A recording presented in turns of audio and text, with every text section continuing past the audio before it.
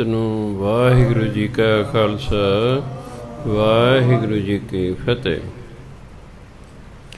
ਸ਼੍ਰੀ ਗੁਰੂ ਗ੍ਰੰਥ ਸਾਹਿਬ ਦੇ ਅੰਗ ਨੰਬਰ 150 ਤੇ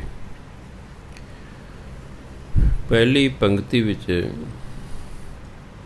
ਸਰੇਵੜਿਆਂ ਦਾ ਚੱਲ ਰਿਹਾ ਸੀ। ਜੈਨੀਆਂ ਦਾ ਇੱਕ ਫਿਰਕਾ ਹੈ ਜਿਹਨੂੰ ਕਹਿੰਦੇ ਸਰੇਵੜੇ। ਉਹ ਸਾਫ਼ ਪਾਣੀ ਨਹੀਂ ਪੀਂਦੇ, ਗੰਦਾ ਪਾਣੀ ਪੀਂਦੇ। ਉਹ ਕਹਿੰਦੇ ਸਾਫ਼ ਪਾਣੀ 'ਚ ਕੀੜੇ ਮਕੌੜੇ ਹੁੰਦੇ ਨੇ, ਗੰਦੇ ਪਾਣੀ 'ਚ ਕੀੜੇ ਮਕੌੜੇ ਨਹੀਂ ਹੁੰਦੇ, ਇਸ ਲਈ ਉਹ ਪਾਣੀ ਪੀਂਦੇ ਵੀ ਸਾਡੇ ਮੂੰਹ 'ਚ ਕੋਈ ਕੀੜਾ ਮਕੌੜਾ ਨਾ ਆ ਜਾਏ, ਹਿੰਸਾ ਨਾ ਹੋ ਜਾਏ।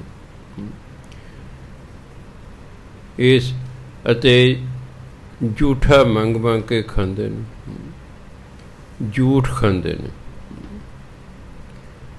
ਇਸ ਲਈ ਗੁਰੂ ਮਹਾਰਾਜ ਕਹਿੰਦੇ ਪਰਮਾਤਮਾ ਦੇ ਇਹ ਖੁਆਰ ਕੀਤੇ ਹੋਏ ਹਨ, ਇਸ ਲਈ ਸਾਰੇ ਦਾ ਸਾਰਾ ਟੋਲਾ ਫਿਟਕਾਰਿਆ ਹੋਇਆ ਹੈ ਅਤੇ ਇਹ ਵਿਗੁੱਤੇ ਹੋਏ ਹਨ, ਫਿਟਕਾਰੇ ਹੋਏ ਹਨ, ਫਿਰੀ ਜਾਣ ਕਹਿੰਦੇ ਨੇ।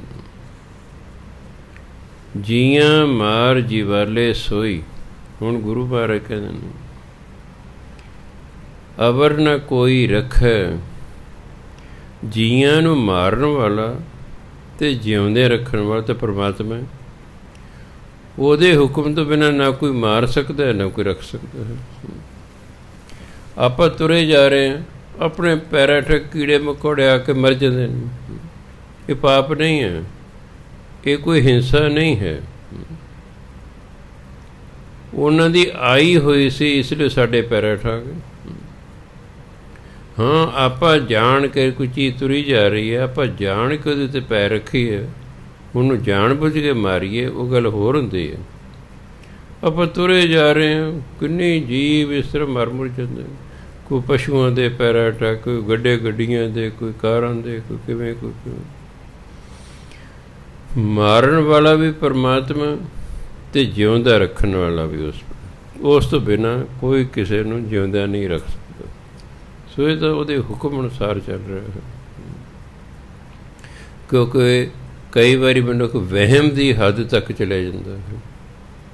ਜਿਵੇਂ ਜਦੋਂ ਕਰੋਨਾ ਸ਼ੁਰੂ ਹੋਇਆ ਸੀ, ਕਈ ਵਿਚਾਰੇ ਹੱਥ ਹੀ ਧੋਂਦੇ ਰਹਿੰਦੇ ਨੇ ਸਨ, ਉਹਨੂੰ ਵਹਿਮ ਹੀ ਹੋ ਗਿਆ ਸੀ। ਅਗਰ ਇਸਤਰੀ ਹੋ ਰਹਿੰਦੇ ਤਾਂ ਫਿਰ ਉਹਨਾਂ ਨੂੰ ਜਿਹੜਾ ਹੈ ਉਹਨਾਂ ਮਾਨਸਿਕ ਤੌਰ 'ਤੇ ਜਿਹੜਾ ਸੀ ਉਹਨਾਂ ਨੂੰ ਨੁਕਸਾਨ ਹੋ ਜਾਣਾ ਸੀ, ਕਿਉਂਕਿ ਫਿਰ ਉਹਨਾਂ ਨੂੰ ਵਹਿਮ ਹੋ ਜਾਣਾ ਸੀ। ਇਸ ਲਈ ਗੁਰੂ ਮਹਾਰਾਜ ਨੇ ਇਹ ਵਹਿਮ ਭਰਮ ਸਿੱਖ 'ਚੋਂ ਕੱਢੇ ਨੇ ਕਿ ਤੁਸੀਂ ਇਹਨਾਂ ਗੱਲਾਂ 'ਚ ਨਹੀਂ ਪੈਣਾ। ਮਾਰਨ ਵਾਲਾ ਉਹੀ ਅਤੇ ਜਿਉਂਦੇ ਰੱਖਣ ਵਾਲਾ ਉਹੀ। ਉਹਦੇ ਹੁਕਮ ਤੋਂ ਬਿਨਾਂ ਅਸੀਂ ਕਿਸੇ ਨੂੰ ਮਾਰ ਨਹੀਂ ਸਕਦੇ, ਉਹਦੇ ਹੁਕਮ ਤੋਂ ਬਿਨਾਂ ਅਸੀਂ ਕਿਸੇ ਨੂੰ ਜਿਉਂਦਿਆਂ ਨਹੀਂ ਰੱਖ ਸਕਦੇ। ਜਦੋਂ ਮੈਂ ਦੇਖਿਆ, ਜਦੋਂ ਪਰਮਾਤਮਾ ਦਾ ਹੁਕਮ ਆਉਂਦਾ, ਜਿਨ੍ਹਾਂ ਦੇ 200 ਬਾਡੀਗਾਰਡ ਸਨ, ਉਹ ਵੀ ਮਾਰੇ ਗਏ, ਉਹ ਵੀ ਮਾਰੇ ਗਏ। ਬੇਅੰਤ ਸਿੰਘ ਵਰਗੇ ਮਾਰੇ ਗਏ, ਇੰਦਰਾ ਗਾਂਧੀ ਵਰਗੇ ਮਾਰੇ ਗਏ, ਹੋਰ ਅੱਡ-ਅੱਡ ਦੇਸ਼ਾਂ 'ਚ ਮਾਰੇ ਜਾਂਦੇ ਨੇ। ਜਿੰਨਾ ਚਿਰ ਪਰਮਾਤਮਾ ਨੇ ਰੱਖਣਾ ਕੋਈ ਨਹੀਂ ਮਾਰ ਸਕਦਾ, ਅਤੇ ਜਦੋਂ ਉਹਦਾ ਹੁਕਮ ਹੋ ਜਾਣਾ ਫਿਰ ਕੋਈ ਬਚਾ ਕੇ ਨਹੀਂ ਰੱਖ ਸਕਦਾ। ਦਾਨੋ ਤੈ ਇਸ਼ਨਾਨੋ ਵੰਝੇ, ਭਸ ਪਈ ਸਿਰ ਖੁਥੈ। ਨਾ ਕੋਈ ਦਾਨ ਕਰਦੇ ਨੇ, ਨਾ ਕੋਈ ਇਸ਼ਨਾਨ ਕਰਦੇ ਨੇ, ਇਹਨਾਂ ਤੋਂ ਬਿਨੇ ਨੇ ਵੰਝੇ। ਭਸ ਸੁਆਹ ਨੂੰ ਕਹਿੰਦੇ ਨੇ। ਸਿਰ ਖੁਥੈ, ਕਿਉਂਕਿ ਉਹ ਸਿਰ ਦੇ ਵਾਲ ਪਟਾਉਂਦੇ ਨੇ, ਮੁੰਨਦੇ ਨਹੀਂ, ਪੁੱਟਦੇ ਨੇ, ਇਸ ਨੂੰ ਸਿਰ ਖੁੱਥੇ ਕਹਿੰਦੇ। ਇਸ ਜਿਹੜੇ ਸਿਰ ਖੁੱਥੇ ਨੇ, ਐ ਸਮਝੋ ਇਹਨਾਂ ਦੇ ਸਿਰ 'ਤੇ ਸੁਆਹ ਪਈ ਹੋਈ ਹੈ। ਨਾ ਦਾਨ ਕਰਨਾ, ਨਾ ਕੋਈ ਇਸ਼ਨਾਨ ਕਰਨਾ, ਨਾ ਸਾਫ ਸੁਥਰੇ ਰਹਿਣਾ, ਨਾ ਕਿਤੇ ਕੋਈ ਸਹਾਇਤਾ ਕਰਨੀ। ਪਾਣੀ ਵਿੱਚੋਂ ਰਤਨ ਉਪਰਨੇ, ਕਹਿੰਦੇ ਜਿਸ ਪਾਣੀ ਤੋਂ ਸੰਗਦੇ ਨੇ। ਆਖਰ ਪਿੱਛੇ ਪਾਣੀ ਦੇਖ ਸੰਗਾਹੀ, ਪਾਣੀ ਨੂੰ ਵੇਖ ਕੇ ਸੰਗਦੇ ਨੇ, ਨਹਾਉਂਦੇ ਧੋਂਦੇ ਨਹੀਂ ਹੈਗੇ। ਗੁਰੂ ਮਹਾਰਾਜ ਪਾਣੀ ਵਿੱਚੋਂ ਰਤਨ ਉਪੰਨੇ, ਮੇਰ ਕੀਆ ਮਾਧਾਣੀ। ਹਿੰਦੂ ਧਰਮ ਦੀਆਂ ਕਿਤਾਬਾਂ 'ਚ ਆਉਂਦਾ ਹੈ ਕਿ ਇੱਕ ਵਾਰੀ ਦੇਵਤਿਆਂ ਅਤੇ ਦੈਂਤਾਂ ਨੇ ਰਲ ਕੇ ਆ ਜਿਹੜਾ ਸੁਮੇਰ ਪਰਬਤ ਹੈ, ਜਿਹਨੂੰ ਹਿਮਾਲਾ ਪਰਬਤ ਅੱਜ ਕੱਲ੍ਹ ਕਹਿੰਦੇ ਨੇ, ਇਹਨੂੰ ਬਣਾਇਆ ਮਧਾਣੀ। ਅਤੇ ਕੋਈ ਖੀਰ ਸਮੁੰਦਰ ਸੀ, ਉਹਨੂੰ ਰਿੜਕਿਆ ਇਹਨਾਂ ਨੇ, ਉਹਦੇ ਵਿੱਚੋਂ 14 ਰਤਨ ਨਿਕਲੇ। ਉਹਦੇ 14 ਬਹੁਤ ਹੀ ਲਾਭਦਾਇਕ ਚੀਜ਼ਾਂ ਨਿਕਲੀਆਂ।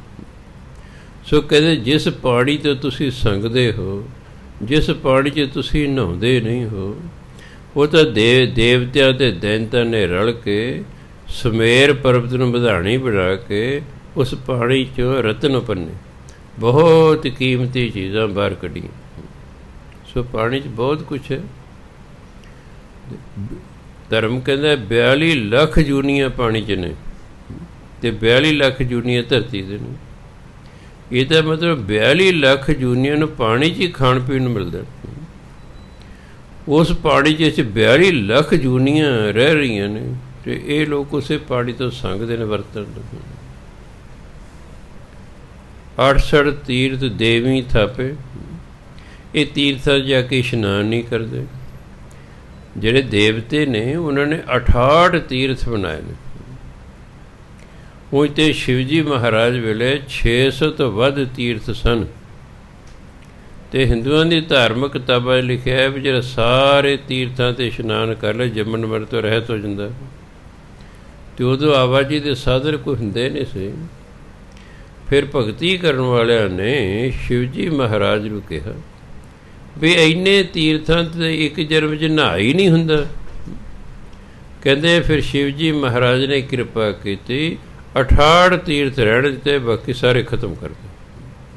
ਉਹਨਾਂ ਕਿਹਾ ਚੰਗਾ ਆਹ 68 ਤੀਰਥ ਨੇ, ਜਿਹੜਾ ਆਪਣੀ ਉਮਰ ਦੇ ਵਿੱਚ ਇਹਨਾਂ 'ਤੇ ਨਹਾ ਲਏਗਾ ਉਹ ਮੁਕਤ ਹੋ ਜਾਏਗਾ, ਉਹ ਮੁਕਤ ਹੋ ਜਾਏਗਾ ਉਹਨਾਂ ਦੇ ਧਰਮ ਅਨੁਸਾਰ। ਸਾਡੇ ਧਰਮ ਅਨੁਸਾਰ ਨਹਾਉਣ ਨਾਲ ਮੁਕਤੀ ਨਹੀਂ ਮਿਲਦੀ, ਮੁਕਤੀ ਨਾਮ ਜਪਣ ਨਾਲ ਮਿਲਦੀ। ਆਪਣੇ ਆਪਣੇ ਧਰਮਾਂ ਦੇ ਵਿਸ਼ਵਾਸ ਹਨ, ਉਹਨਾਂ ਦਾ ਆਪਣਾ ਵਿਸ਼ਵਾਸ ਹੈ। ਸਾਨੂੰ ਉਹਨਾਂ ਦੀ ਕੋਈ ਨੁਕਤਾਚੀਨੀ ਕਰਨ ਦੀ ਲੋੜ ਨਹੀਂ। ਸਾਨੂੰ ਆਪਣਾ ਪਿਆਰਾ, ਅਗਲੇ ਨੂੰ ਆਪਣਾ ਪਿਆਰਾ। ਲੱਗੇ ਰਹੋ ਭਾਈ ਜਿਵੇਂ ਤੁਹਾਨੂੰ ਠੀਕ ਲੱਗਦਾ। ਕਹਿੰਦੇ ਦੇਵਤਿਆਂ ਨੇ 68 ਤੀਰਥ ਬਣਾਏ, ਪੁਰਬੀ ਲੱਗੇ ਬਾਣੀ। ਪੁਰਬ ਸ਼ੁਭ ਦਿਨ ਨੂੰ ਕਹਿੰਦੇ ਨੇ। ਜੇ ਆਪਾਂ ਕਹਿੰਦੇ ਗੁਰਪੁਰਬ, ਵੀ ਜਿਸ ਦਿਨ ਗੁਰੂ ਮਹਾਰਾਜ ਪੈਦਾ ਹੋਏ, ਗੁਰਪੁਰਬ ਹੈ ਜੀ। ਪੁਰਬ ਸ਼ੁਭ ਦਿਹਾੜੇ ਨੂੰ ਕਹਿੰਦੇ। ਫਿਰ ਸ਼ੁਭ ਦਿਹਾੜਿਆਂ 'ਤੇ ਉੱਥੇ ਲੋਕ ਇਕੱਠੇ ਹੁੰਦੇ ਨੇ। ਫਿਰ ਜਿਹੜੇ ਸੰਤ ਮਹਾਤਮਾ ਆਏ ਹੁੰਦੇ ਨੇ, ਸਾਧੂ ਤੀਰਥਾਂ 'ਤੇ ਆਏ ਹੁੰਦੇ ਨੇ, ਉਹ ਫਿਰ ਕੀ ਕਰਦੇ ਨੇ, ਲੱਗੇ ਬਾਣੀ। ਉਹ ਜਿਹੜਾ ਲੋਕਾਂ ਨੂੰ ਸਿੱਖਿਆ ਦਿੰਦੇ ਨੇ, ਉਪਦੇਸ਼ ਦਿੰਦੇ ਨੇ। ਇਹ ਫਿਰ ਜਿਹੜਾ ਉਸ ਤੋਂ ਵੀ ਵਾਂਝੇ ਰਹਿ ਜਾਂਦੇ ਨੇ। ਜੇ ਇਸ਼ਨਾਨ ਕਰਨ 68 ਤੀਰਥਾਂ 'ਤੇ ਜਾਣ, ਉੱਥੇ ਸਾਧੂ ਦੇ ਪ੍ਰਵਚਨ ਸੁਣਨ। ਨਹਾਏ ਨਿਵਾਜ਼ਾ, ਨਹਾਤੈ ਪੂਜਾ, ਨਹਾਵਣ ਸਦਾ ਸੁਜਾਣੀ। ਨਹਾਏ ਡੰਡੇ ਦੇ ਪੈਰ 'ਚ ਹਾਹਾ ਲਾ ਕੇ ਬੋਲਣਾ। ਨਹਾ ਕੇ ਹੀ ਨਮਾਜ਼ ਪੜ੍ਹੀ ਜਾਂਦੀ ਹੈ। ਨਹਾਤੈ ਪੂਜਾ, ਇਸ਼ਨਾਨ ਕਰਕੇ ਹੀ ਪੂਜਾ ਕੀਤੀ ਜਾਂਦੀ ਹੈ। ਨਹਾਵਣ ਸਦਾ ਸੁਜਾਣੀ, ਜਿਹੜੇ ਸਿਆਣੇ ਲੋਕ ਨੇ ਉਹ ਹਰ ਰੋਜ਼ ਇਸ਼ਨਾਨ ਕਰਦੇ ਨੇ। ਆਪਾਂ ਨੂੰ ਹੁਕਮ ਹੈ ਗੁਰੂ ਮਹਾਰਾਜ ਦਾ ਕਿ ਭਾਈ ਕਰ ਇਸ਼ਨਾਨ, ਸਿਮਰ ਪ੍ਰਭ ਆਪਣਾ, ਮਨ ਤਨ ਭੈ ਰੋਗਾ। ਇਸ਼ਨਾਨ ਕਰੋ, ਫਿਰ ਸਿਮਰਨ ਕਰੋ, ਇਸ ਤੋਂ ਤੁਹਾਡਾ ਮਨ ਅਤੇ ਤਨ ਤੰਦਰੁਸਤ ਰਹੇਗਾ। ਸੋ ਸਾਨੂੰ ਦੋਨੋਂ ਹੁਕਮ ਹੈ। ਨਹਾਉਣਾ ਵੀ ਹੈ ਤਾਂ ਜੋ ਫਰੈਸ਼ ਹੋ ਜਾਏ, ਸਰੀਰ ਸਾਫ ਸੁਥਰਾ ਹੋ ਜਾਏ, ਰਾਤ ਦੀ ਸੁਸਤੀ ਨੀਂਦ ਉਤਰ ਜਾਏ, ਬੰਦਾ ਐਕਟਿਵ ਹੋ ਜਾਏ। ਕਿਉਂਕਿ ਜਦੋਂ ਬੰਦਾ ਐਕਟਿਵ ਹੁੰਦਾ ਹੈ, ਸਾਵਧਾਨ ਹੁੰਦਾ ਹੈ, ਸੁਸਤੀ ਦੂਰ ਹੋ ਜਾਂਦੀ ਹੈ, ਨੀਂਦ ਦੂਰ ਹੋ ਜਾਂਦੀ ਹੈ, ਫਿਰ ਹੀ ਅਸਲ 'ਚ ਨਾਮ 'ਚ ਮਨ ਲੱਗਦਾ। ਮੁਸਲਮਾਨਾਂ 'ਚ ਵੀ ਹੈ, ਉੱਥੇ ਪਾਣੀ ਦੀ ਬਹੁਤ ਕਮੀ ਹੈ। ਇਸ ਦੇ ਬਾਵਜੂਦ ਵੀ ਉਹ ਕਹਿੰਦੇ ਉੱਠ ਫਰੀਦਾ ਉਦੋਂ ਸਾਜ, ਸੁਬਹ ਨਿਵਾਜ਼ ਗੁਜ਼ਾਰ। ਹੇ ਫਰੀਦ ਉੱਠ, 5 ਇਸ਼ਨਾਨਾ ਕਰ ਅਤੇ ਸਵੇਰ ਦੀ ਨਮਾਜ਼ ਪੜ੍ਹ। ਸੋ ਸਾਰੇ ਧਰਮਾਂ 'ਚ ਨਹਾ ਧੋ ਕੇ ਸਾਫ ਸੁਥਰੇ ਹੋ ਕੇ ਲੋਕ ਭਜਨ ਬੰਦਗੀ ਕਰਦੇ ਨੇ, ਪਰ ਕਹਿੰਦੇ ਪਾਣੀ ਨੂੰ ਵੇਖ ਹੀ ਸੰਗਦੇ ਨੇ, ਪਾਣੀ ਦੇ ਨੇੜੇ ਹੀ ਨਹੀਂ ਜਾਂਦੇ। ਜੇ ਜਾਂਦੇ ਵੀ ਤਾਂ ਗੰਦੇ ਪਾਣੀ ਨੂੰ ਵਰਤਦੇ ਹਨ। ਮੋਇਆਂ ਜੀਵਦਿਆਂ ਗਤ ਹੋਵੇ, ਜਾਂ ਸਿਰ ਪਾਈਏ ਪਾਣੀ। ਪਾਣੀ ਸਿਰ 'ਤੇ ਪਾਉਣਾ ਭਾਵੇਂ ਇਸ਼ਨਾਨ ਕਰਨਾ, ਕਿਉਂਕਿ ਆਪਣੇ ਤਾਂ ਵਾਲ ਹੋਣ ਕਰਕੇ, ਜੂੜਾ ਹੋਣ ਕਰਕੇ ਆਪਾਂ ਜੇ ਨਹਾਉਂਦੇ ਹਾਂ ਸਿਰ 'ਤੇ ਘੱਟ ਹੀ ਪਾਣੀ ਪਾਉਂਦੇ ਹਾਂ। ਆ ਹਿੰਦੂ ਵੀ ਜਿਹਨਾਂ ਮਨਾਇਆ ਹੁੰਦਾ ਤਾਂ ਪਹਿਲਾਂ ਉਹ ਤਾਂ ਪਹਿਲੀ ਗੜਵੀ ਪਾਉਂਦੇ ਸਿਰ 'ਤੇ ਨੇ ਨਾ, ਫਿਰ ਰਾਮ ਰਾਮ ਕਦ ਠੰਡ ਲੱਗਦੀ ਹੈ, ਰੱਬ ਯਾਦ ਹੁੰਦੇ, ਠੰਡਾ ਪਾਣੀ ਪੈਂਦਾ। ਸੋ ਇਸ ਲਈ ਕਹਿੰਦੇ ਜਨਮ ਤੋਂ ਲੈ ਕੇ ਮਰਨ ਤੱਕ ਜਦੋਂ ਅਸੀਂ ਪਾਣੀ ਆਪਣੇ ਉੱਤੇ ਪਾਉਂਦੇ, ਗਤ ਹੋਵੇ, ਸਾਡੀ ਸਫਾਈ ਹੁੰਦੀ ਹੈ, ਬੰਦਾ ਸਾਫ਼ ਹੁੰਦਾ ਨਾ ਤੋ। ਇੱਥੋਂ ਤੱਕ ਕਿ ਆਪਣੇ ਧਰਮ ਤੇ ਹਿੰਦੂ ਧਰਮ ਦੇ ਵਿੱਚ ਮੁਰਦੇ ਨੂੰ ਵੀ ਇਸ਼ਨਾਨ ਕਰਾਉਂਦੇ ਨੇ। ਸਾੜਨ ਤੋਂ ਪਹਿਲਾਂ ਉਹਨੂੰ ਇਸ਼ਨਾਨ ਕਰਾਇਆ ਜਾਂਦਾ ਹੈ, ਤਾਂ ਜੋ ਥੋੜ੍ਹਾ ਜਿਹਾ ਸਾਫ਼ ਸੁਥਰਾ, ਗੰਦਾ ਮੰਦਾ ਨਾ ਹੋਵੇ। ਸੋ ਇਸ ਲਈ ਕਹਿੰਦੇ ਚਾਹੇ ਮਰ ਗਿਆ ਚਾਹੇ ਜਿਉਂਦਾ ਹੈ, ਸਿਰ 'ਤੇ ਪਾਣੀ ਪਾਉਣ ਨਾਲ, ਨਹਾਉਣ ਨਾਲ ਲਾਭ ਹੀ ਲਾਭ, ਫਾਇਦਾ ਹੀ ਫਾਇਦਾ। ਨਾਨਕ ਸਿਰ ਖੁੱਥੇ ਸ਼ੈਤਾਨੀ, ਇਹਨਾਂ ਗੱਲ ਨਾ ਭਾਣੀ।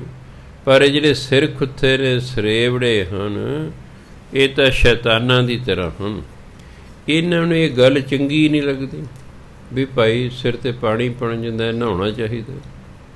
ਇਹਨਾਂ ਗੱਲ ਨਾ ਭਾਣੀ, ਭਾਣੀ ਮੈਨੂੰ ਚੰਗੀ ਲੱਗਣੀ। ਇਹਨਾਂ ਨੂੰ ਇਹ ਗੱਲ ਚੰਗੀ ਹੀ ਨਹੀਂ ਲੱਗਦੀ। ਫਿਰ ਕਹਿੰਦੇ ਉੱਠੇ ਹੋਏ ਹੋਏ ਬਿਲਾਵਲ, ਜੀਆਂ ਜੁਗਤ ਸਮਾਣੀ। ਉੱਠੇ ਜਦੋਂ ਮੀਂਹ ਪੈਂਦਾ ਹੋਏ ਬਿਲਾਵਲ, ਕਿੰਨੀ ਖੁਸ਼ੀ ਹੁੰਦੀ ਹੈ, ਕਿੰਨਾ ਮਨ ਪ੍ਰਸੰਨ ਹੁੰਦਾ। ਚਾਹੇ ਪਸ਼ੂ ਨੇ, ਚਾਹੇ ਪੰਛੀ ਨੇ, ਦਰਖਤ ਨੇ, ਬਨਸਪਤੀ ਹੈ, ਮਨੁੱਖ ਨੇ। ਹੁਣ ਮੰਨ ਲਓ ਕਦੇ ਕਣੀਆਂ ਪੈਣ ਤੋਂ ਠੰਡ ਜੇ ਕਿੰਨੇ ਚੰਗੇ ਲੱਗੂ, ਕਿੰਨਾ ਚੰਗਾ ਲੱਗੇਗਾ। ਨਾਲੇ ਜੇ ਮੀਂਹ ਨਹੀਂ ਪਏਗਾ, ਪਾਣੀ ਹੀ ਨਹੀਂ ਹੋਵੇਗਾ, ਤਾਂ ਫਿਰ ਨਾ ਫਸਲਾਂ ਹੋਣਗੀਆਂ ਅਤੇ ਨਾ ਕੁਛ ਹੋਰ ਹੋ ਸਕਦਾ। ਉੱਠੇ ਹੋਏ ਹੋਏ ਬਿਲਾਵਲ, ਜੀਆਂ ਜੁਗਤ ਸਮਾਨ। ਜੀਵਾਂ ਦੀ ਜੁਗਤੀ ਜਿਹੜੀ ਹੈ, ਇਹ ਤਾਂ ਇਸੇ ਵਿੱਚ ਸਮਾਈ ਹੋਈ ਹੈ ਕਿ ਪਾਣੀ ਹੋਵੇ। ਪਾਣੀ ਤੋਂ ਬਿਨਾਂ ਜੀਵ ਜਿਉਂਦੇ ਹੀ ਨਹੀਂ ਰਹਿ ਸਕਦੇ। ਜਿਹੜਾ ਸਭ ਤੋਂ ਪਹਿਲਾ ਜੀਵ ਹੈ ਸਾਇੰਸ ਅਨੁਸਾਰ ਅਤੇ ਧਰਮ ਅਨੁਸਾਰ, ਉਹ ਹੋਏ ਪਾਣੀ 'ਚ ਸੀ। ਇਹ ਸਾਰਾ ਕੁਝ ਪਾਣੀ ਤੋਂ ਬਣਿਆ ਹੋਇਆ। ਪਹਿਲਾ ਹਵਾ ਸੀ, ਹਵਾ ਤੋਂ ਫਿਰ ਪਾਣੀ ਬਣਿਆ, ਪਾਣੀ ਤੋਂ ਹੀ ਇਹ ਤਿੰਨੋਂ ਭਵਨ ਬਣੇ। ਸਾਇੰਸ ਕਹਿੰਦੇ ਜਿਹੜਾ ਸਭ ਤੋਂ ਪਹਿਲਾ ਜੀਵ ਸੀ ਪਾਣੀ 'ਚ ਪੈਦਾ ਹੋਇਆ, ਇਹ ਇੱਕ ਸੈੱਲ ਵਾਲਾ ਸੀ। ਆਪਣੇ ਤਾਂ ਕਰੋੜਾਂ ਸੈੱਲ ਲੱਗੇ ਨੇ।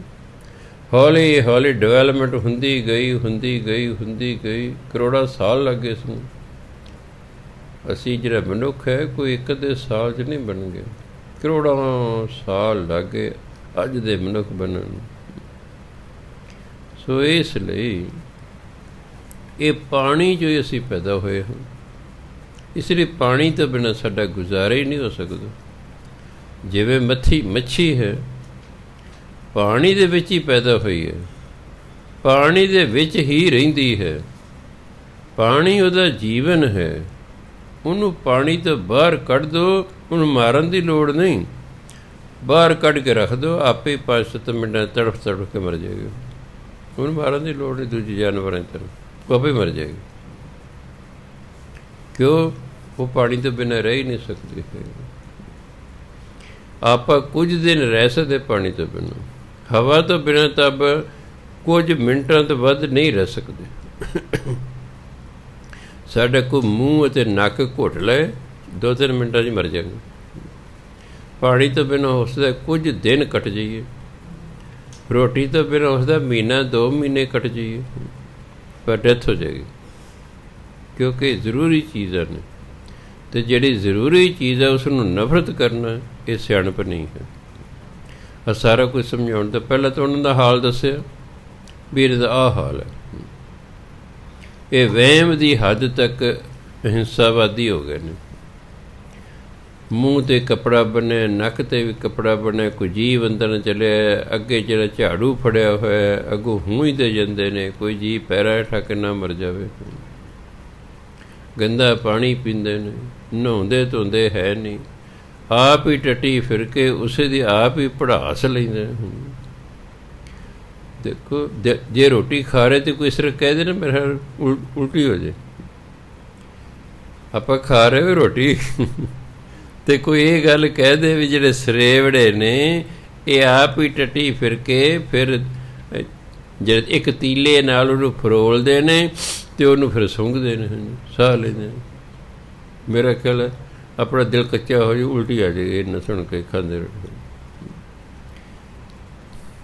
ਜੇ ਮੈਂ ਆਪਣੇ ਦੋਸਤ ਦੇ ਘਰ ਰਹਿੰਦਾ ਹੁੰਦਾ ਤੇ ਮੈਂ ਇੱਕ ਵਾਰੀ ਤਮਾਸ਼ਾ ਵੇਖਣਾ, ਮੈਂ ਭੈਣ ਜੀ ਜਦੋਂ ਰੋਟੀ ਖਾ ਰਹੇ ਹੁੰਦੇ ਮੈਂ ਭੈਣ ਜੀ ਤੁਸੀਂ ਕਦੇ ਆਂਡਾ ਖਾਧਾ? ਓਹੋ ਨਾਲ ਦੀ ਨਾਲ ਉਹਨੂੰ ਉਲਟੀ ਆ ਜਾਣੀ। ਕਹਿੰਦੇ ਵੇ ਵੀਰ ਤੂੰ ਕਿਸ ਵੇਲੇ ਗੱਲ ਕੀਤੀ? ਮੈਂ ਦੇਖਦਾ ਸੀ ਵੀ ਸ਼ਬਦ ਤੋਂ ਹੀ ਇੰਨੀ ਐਲਰਜੀ ਹੈ। ਸਿਰਫ ਇੰਨਾ ਮੈਂ ਕਹਿ ਸ਼ੁਗਲ ਕਰਦਾ ਕਿ ਮੈਂ ਭੈਣ ਜੀ ਤੁਸੀਂ ਕਦੇ ਆਂਡਾ ਨਹੀਂ ਖਾਧਾ? ਹਾਲਾਂਕਿ ਉਹਨੂੰ ਪਤਾ ਸੀ ਇਹ ਵੀ ਨਹੀਂ ਖਾਂਦਾ। ਮੈਂ ਦੇਖਦਾ ਬਸ ਉਹ ਜਿਹੜਾ ਮੂੰਹ 'ਚ ਗਰਾਈ ਪਾਈ ਹੈ ਉਹਨੂੰ ਸੁੱਟਦੀ ਨਹੀਂ ਹੇਠਾਂ ਨੂੰ। ਸੋ ਇਸ ਤਰ੍ਹਾਂ ਮੈਂ ਸੋਚਿਆ ਵੀ ਜੇ ਆਪਾਂ ਰੋਟੀ ਖਾ ਰਹੀ ਹੈ ਅਤੇ ਕੋਈ ਆਹ ਗੱਲ ਆਪਾਂ ਨੂੰ ਸੁਣਾ ਦੇ ਵੀ ਐਂ ਕਰਦੇ ਨੇ, ਆਪਣਾ ਦਿਲ ਖਰਾਬ ਕਰ, ਦਿਲ ਕੱਚਾ ਹੋ ਜਾਏਗਾ। ਪਰ ਕਿਉਂਕਿ ਉਹਨਾਂ ਦੀ ਇਹੋ ਜਿਹੀ ਕਲਚਰ ਹੋ ਗਿਆ, ਉਹ ਇਸੇ 'ਚ ਹੀ ਪੈਦਾ ਹੁੰਦੇ ਨੇ। ਮੈਂ ਦੇਖਿਆ ਜਦੋਂ ਮਨੁੱਖ ਕਿਸੇ ਹਾਲਾਤ 'ਚ ਪੈਦਾ ਹੁੰਦਾ ਉਹ ਉਸੇ 'ਚ ਹੀ ਰਹੀ ਜਾਂਦਾ ਹੈ, ਅੱਗੋਂ ਉਹਦੇ ਬੱਚੇ ਵੀ ਉਸੇ ਹਾਲਾਤ 'ਚ ਰਹਿੰਦੇ ਨੇ, ਅੱਗੋਂ ਉਹਦੇ ਵੀ ਬੱਚੇ ਉਸੇ ਤਰ੍ਹਾਂ ਰਹਿੰਦੇ ਨੇ, ਉਹਨਾਂ ਨੂੰ ਮਹਿਸੂਸ ਹੀ ਨਹੀਂ ਹੁੰਦਾ। ਤੁਸੀਂ ਕੂੜੇ ਵਾਲੇ ਟਰੱਕ 'ਤੇ ਕਦੇ ਵੀ ਨਹੀਂ ਚੜ੍ਹ ਸਕਦੇ। ਉਹ ਜਿਹੜਾ ਕੂੜਾ ਚੱਕਣ ਵਾਲੇ ਨੇ ਇੱਕ ਤਾਂ ਚਲਾ ਰਿਹਾ ਹੁੰਦਾ, ਦੂਜੇ ਟਰੱਕ ਦੇ ਵਿੱਚ ਬੈਠਾ ਹੁੰਦਾ, ਹੋਰ ਜੋ ਵੀ ਹੈ ਉਹਦੇ ਵਿੱਚ ਹੀ ਖੜ੍ਹਾ ਹੋਇਆ। ਉਹ ਜਿਹੜਾ ਵਿੱਚ ਸਮਾਨ ਹੈ ਗੰਦ ਉਹਨੂੰ ਅੱਡ ਅੱਡ ਕਰਦਾ ਰਹਿੰਦਾ, ਲਿਫਾਫੇ ਅੱਡ ਕਰ ਲਏ, ਚੀਜ਼ਾਂ ਅੱਡ ਕਰ ਲਏ, ਚੀਜ਼ਾਂ ਹੋਰ ਅੱਡ ਕਰ ਲਈ, ਵਿੱਚ ਹੀ ਖੜ੍ਹਾ। ਉਹਨਾਂ ਨਹੀਂ ਕਚਿਆਣ ਆਉਂਦੀ ਕਿਉਂਕਿ ਇਹੋ ਜਿਹੇ ਹਾਲਾਤ 'ਚ ਹੀ ਪੈਦਾ ਹੋਏ ਨੇ, ਉਹਨਾਂ ਦਾ ਬਾਪ ਵੀ ਅਤੇ ਉਹ ਆਪ ਵੀ। ਇਸ ਲਈ ਉਹਨਾਂ ਨੂੰ ਕਚਿਆਣ ਨਹੀਂ ਆਉਂਦੀ ਕਿਉਂਕਿ ਉਸੇ ਹਾਲਾਤ 'ਚ ਹੀ ਪੈਦਾ ਹੋਏ ਹੋਏ ਹਨ। ਆਪਾਂ ਤਾਂ ਖੜ੍ਹ ਨਹੀਂ ਸਕਦੇ। ਕਈ ਵਾਰੀ ਮੈਂ ਅੰਦਰ ਵਰਾਂਡੇ 'ਚ ਬੈਠਾ ਹੁੰਦਾ ਕੁਰਸੀ ਢਾਹ ਕੇ, ਉਹ ਬਾਹਰ ਖੜ੍ਹਾ ਹੁੰਦਾ ਕੂੜੇ ਵਾਲਾ, ਉਹ ਸਮੈਲ ਆਉਂਦੀ ਕਈ ਵਾਰੀ ਅੰਦਰ ਹਵਾ ਨਾਲ। ਮੈਂ ਉਹਨੂੰ ਕਹਿ ਭਰਾਵਾ ਛੇਤੀ ਲੈ ਚਲਾ ਕੇ, ਅਤੇ ਉਹ ਵਿੱਚ ਹੀ ਖੜ੍ਹੇ ਨੇ। ਉਹ ਜਿਵੇਂ ਕਹਾਵਤ ਹੈ, ਕੋਈ ਬੀਬੀ ਸੀ ਸਾਫ਼ ਘਰ ਦੀ, ਉਹ ਅਗਲੇ ਘਰ ਬਹਿ ਗਈ, ਉਹਨੇ ਰੱਖੇ ਸੀ ਡੰਗਰ, ਉਹ ਸਮੈਲ ਆਵੇ ਉਹਨੂੰ, ਕਹਿੰਦੇ ਬੇਬੇ ਇੱਥੇ ਤਾਂ ਡੰਗਰਾਂ ਦੀ ਬਦਬੂ ਬੜੀ ਆਉਂਦੀ।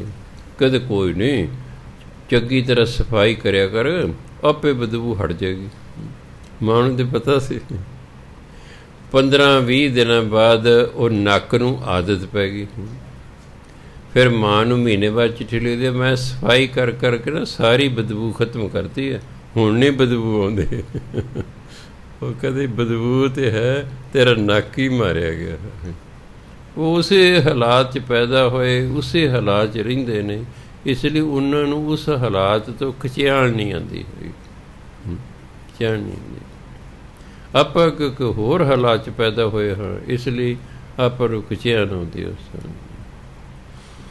ਸੋ ਫਿਰ ਮੈਂ ਸੋਚਦਾ ਰਿਹਾ ਵੀ ਇਹਨਾਂ ਲੋਕਾਂ ਕਿਉਂ ਵੀ ਉਸੇ ਹਾਲਾਤ 'ਚ ਸਦੀਆਂ ਤੱਕ ਪੈਦਾ ਹੁੰਦੇ ਰਹੇ, ਅਤੇ ਬਸ ਇਹਨਾਂ ਨੂੰ ਉਹੀ ਠੀਕ ਲੱਗਦਾ ਸੀ ਬਸ। ਕਿਉਂਕਿ ਜਿੰਨਾ ਚਿਰ ਦੂਜਾ ਪਾਸਾ ਨਾ ਵੇਖ ਲਏ, ਬੰਦੇ ਨੂੰ ਆਪਣੇ ਵਾਲਾ ਪਾਸੇ ਠੀਕ ਲੱਗਦਾ।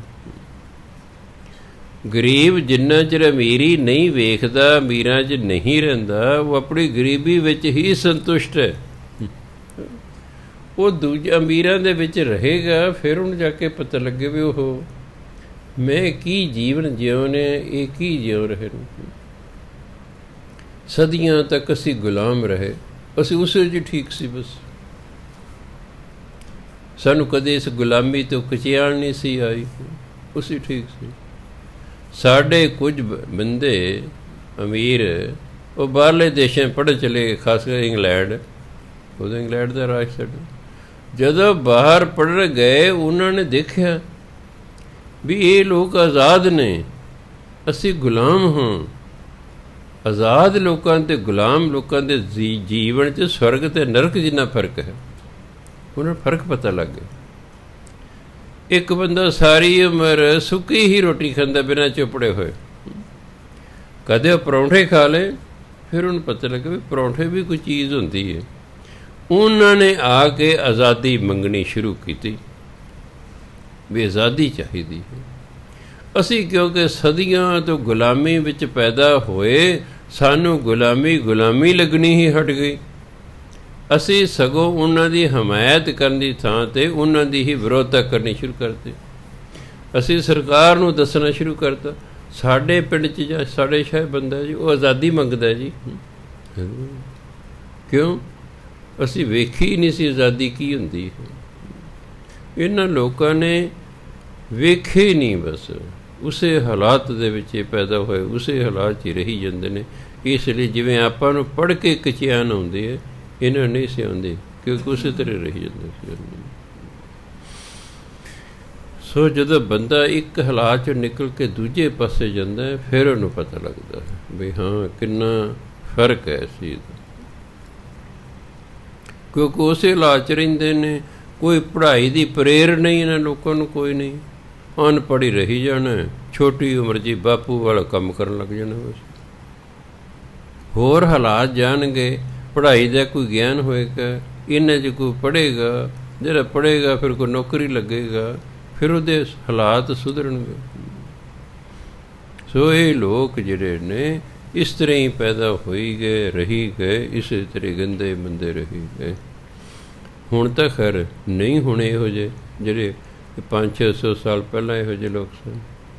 ਹੋ ਸਕਦਾ ਹੁਣ ਫਰਕ ਪੈ ਗਿਆ ਹੋਵੇ, ਕਿਉਂਕਿ ਆਪਾਂ ਜੈਨੀ ਤੇ ਵੇਖੇ ਨੇ, ਇਹ ਜਿਹੜੇ ਸਰੇਵੜੇ ਇਹ ਨਹੀਂ ਮੈਂ ਅਜੇ ਤੱਕ ਵੇਖੇ। ਸੋ ਗੁਰੂ ਮਹਾਰਾਜ ਕਹਿੰਦੇ ਉੱਠੇ ਹੋਏ ਬਿਲਾਵਲ, ਉੱਠਣਾ ਨਾ ਵਸਣਾ। ਜਦੋਂ ਮੀਂਹ ਪੈਂਦਾ ਖੁਸ਼ੀ ਹੁੰਦੀ ਹੈ, ਬਿਲਾਵਲ ਖੁਸ਼ੀ। ਜੀਆਂ ਜੁਗਤ ਜਾਣ, ਜੀਵਨ ਦਾ ਜਿਹੜਾ ਜੀਵਨ ਹੈ ਇਹ ਪਾਣੀ ਦੇ ਵਿੱਚ ਹੀ ਸਮਾਇਆ ਹੋਇਆ ਹੈ, ਇਹ ਪਾਣੀ ਤੋਂ ਬਿਨਾਂ ਨਹੀਂ ਰਹਿ ਸਕਦਾ। ਉੱਠੇ ਅੰਨ ਕਮਾਦ ਕਪਾਹ, ਸਭ ਸਹਿ ਪੜਦਾ ਹੋਵੇ। ਕਿ ਜਦੋਂ ਮੀਂਹ ਪੈਂਦਾ ਫਿਰ ਅਨਾਜ ਹੁੰਦਾ, ਕਮਾਦ ਗੰਨਾ ਹੁੰਦਾ ਹੈ, ਕਪਾਹ ਹੁੰਦੀ ਹੈ, ਫਿਰ ਕਪਾਹ ਤੋਂ ਕੱਪੜਾ ਬਣਦਾ ਹੈ। ਸਭ ਸਹਿ ਪੜਦਾ ਹੋਵੇ ਅਤੇ ਉਹ ਕੱਪੜਾ ਸਭ ਦਾ ਪਰਦਾ ਢੱਕਦਾ ਹੈ। ਜੇ ਮੀਂਹ ਹੀ ਨਾ ਪਵੇ, ਜੇ ਪਾਣੀ ਹੀ ਨਾ ਹੋਵੇ ਤਾਂ ਨਾ ਅੰਨ ਹੋਏਗਾ ਅਤੇ ਨਾ ਇਹ ਕਪਾਹ ਹੋਏਗੀ ਅਤੇ ਨਾ ਕੋਈ ਕੱਪੜਾ ਹੋਵੇਗਾ। ਉਦਾਹਰਨਾਂ ਦੇ ਦੇ ਕੇ ਸਮਝਾਇਆ ਕਿ ਜਿਵੇਂ ਇਹ ਪਾਣੀ ਤੋਂ ਬਿਨਾਂ ਨਹੀਂ ਹੋ ਸਕਦੇ। ਜੇ ਪਾਣੀ ਹੀ ਨਾ ਹੁੰਦਾ ਤਾਂ ਨਾ ਕਪਾਹ ਹੁੰਦੀ ਅਤੇ ਨਾ ਕੱਪੜਾ ਹੁੰਦਾ ਕੋਈ। ਪੁਰਾਣਾ ਜਦੋਂ ਆਪਾਂ ਇਤਿਹਾਸ ਪੜ੍ਹਦੇ ਹਾਂ, ਪਹਿਲਾਂ ਜਿਹੜੇ ਟੋਟਲ ਨੰਗੇ ਰਹਿੰਦੇ ਹੁੰਦੇ ਸੀ ਲੋਕ, ਹੌਲੀ ਹੌਲੀ ਥੋੜ੍ਹਾ ਜਿਹਾ ਗਿਆਨ ਹੋਇਆ, ਫਿਰ ਲੱਕ ਨੂੰ ਜਿਹੜਾ ਬੰਦਿਆਂ ਜਨਾਨੀਆਂ ਨੇ ਦਰਖਤਾਂ ਦੇ ਪੱਤਿਆਂ ਨਾਲ ਢੱਕਣਾ ਸ਼ੁਰੂ ਕਰਤਾ। ਇੱਕ ਰੱਸੀ ਦੇ ਨਾਲ ਪੱਤੇ ਬੰਨ੍ਹ ਕੇ ਉਹਨਾਂ ਨੂੰ ਅਗਲੇ ਪਾਸੇ ਬੰਨ੍ਹ ਲੈਂਦੇ ਸੀ ਲੱਕ ਦੇ ਦੁਆਲੇ, ਤਾਂ ਜੋ ਨੰਗੇਜ ਥੋੜ੍ਹਾ ਬਹੁਤਾ ਢੱਕਿਆ ਜਾਵੇ। ਹੌਲੀ ਹੌਲੀ ਫਿਰ ਜਾਨਵਰਾਂ ਦੀ ਖੱਲਾਂ ਆ ਗਈਆਂ, ਫਿਰ ਲੱਕ ਦੇ ਦੁਆਲੇ ਖੱਲ ਬੰਨ੍ਹਣ ਲੱਗ ਪਏ। ਫਿਰ ਅੱਜ ਤੋਂ 10,000 ਸਾਲ ਪਹਿਲਾਂ ਫਸਲਾਂ ਹੋਣੀਆਂ ਸ਼ੁਰੂ ਹੋ ਗਈਆਂ। ਜੋ ਫਸਲਾਂ ਹੋਣੀਆਂ ਸ਼ੁਰੂ ਹੋਈਆਂ, ਫਿਰ ਜਿਹੜਾ ਹੈ ਸਤਯੁਗ ਸ਼ੁਰੂ ਹੋ ਗਿਆ। ਇਹ ਤਾਂ ਉਹੀ ਕਹੀ ਜਾਂਦੇ ਨੇ, ਉਹ ਐਂ ਜੀ ਸਤਯੁਗ ਫਲਾਣਾ।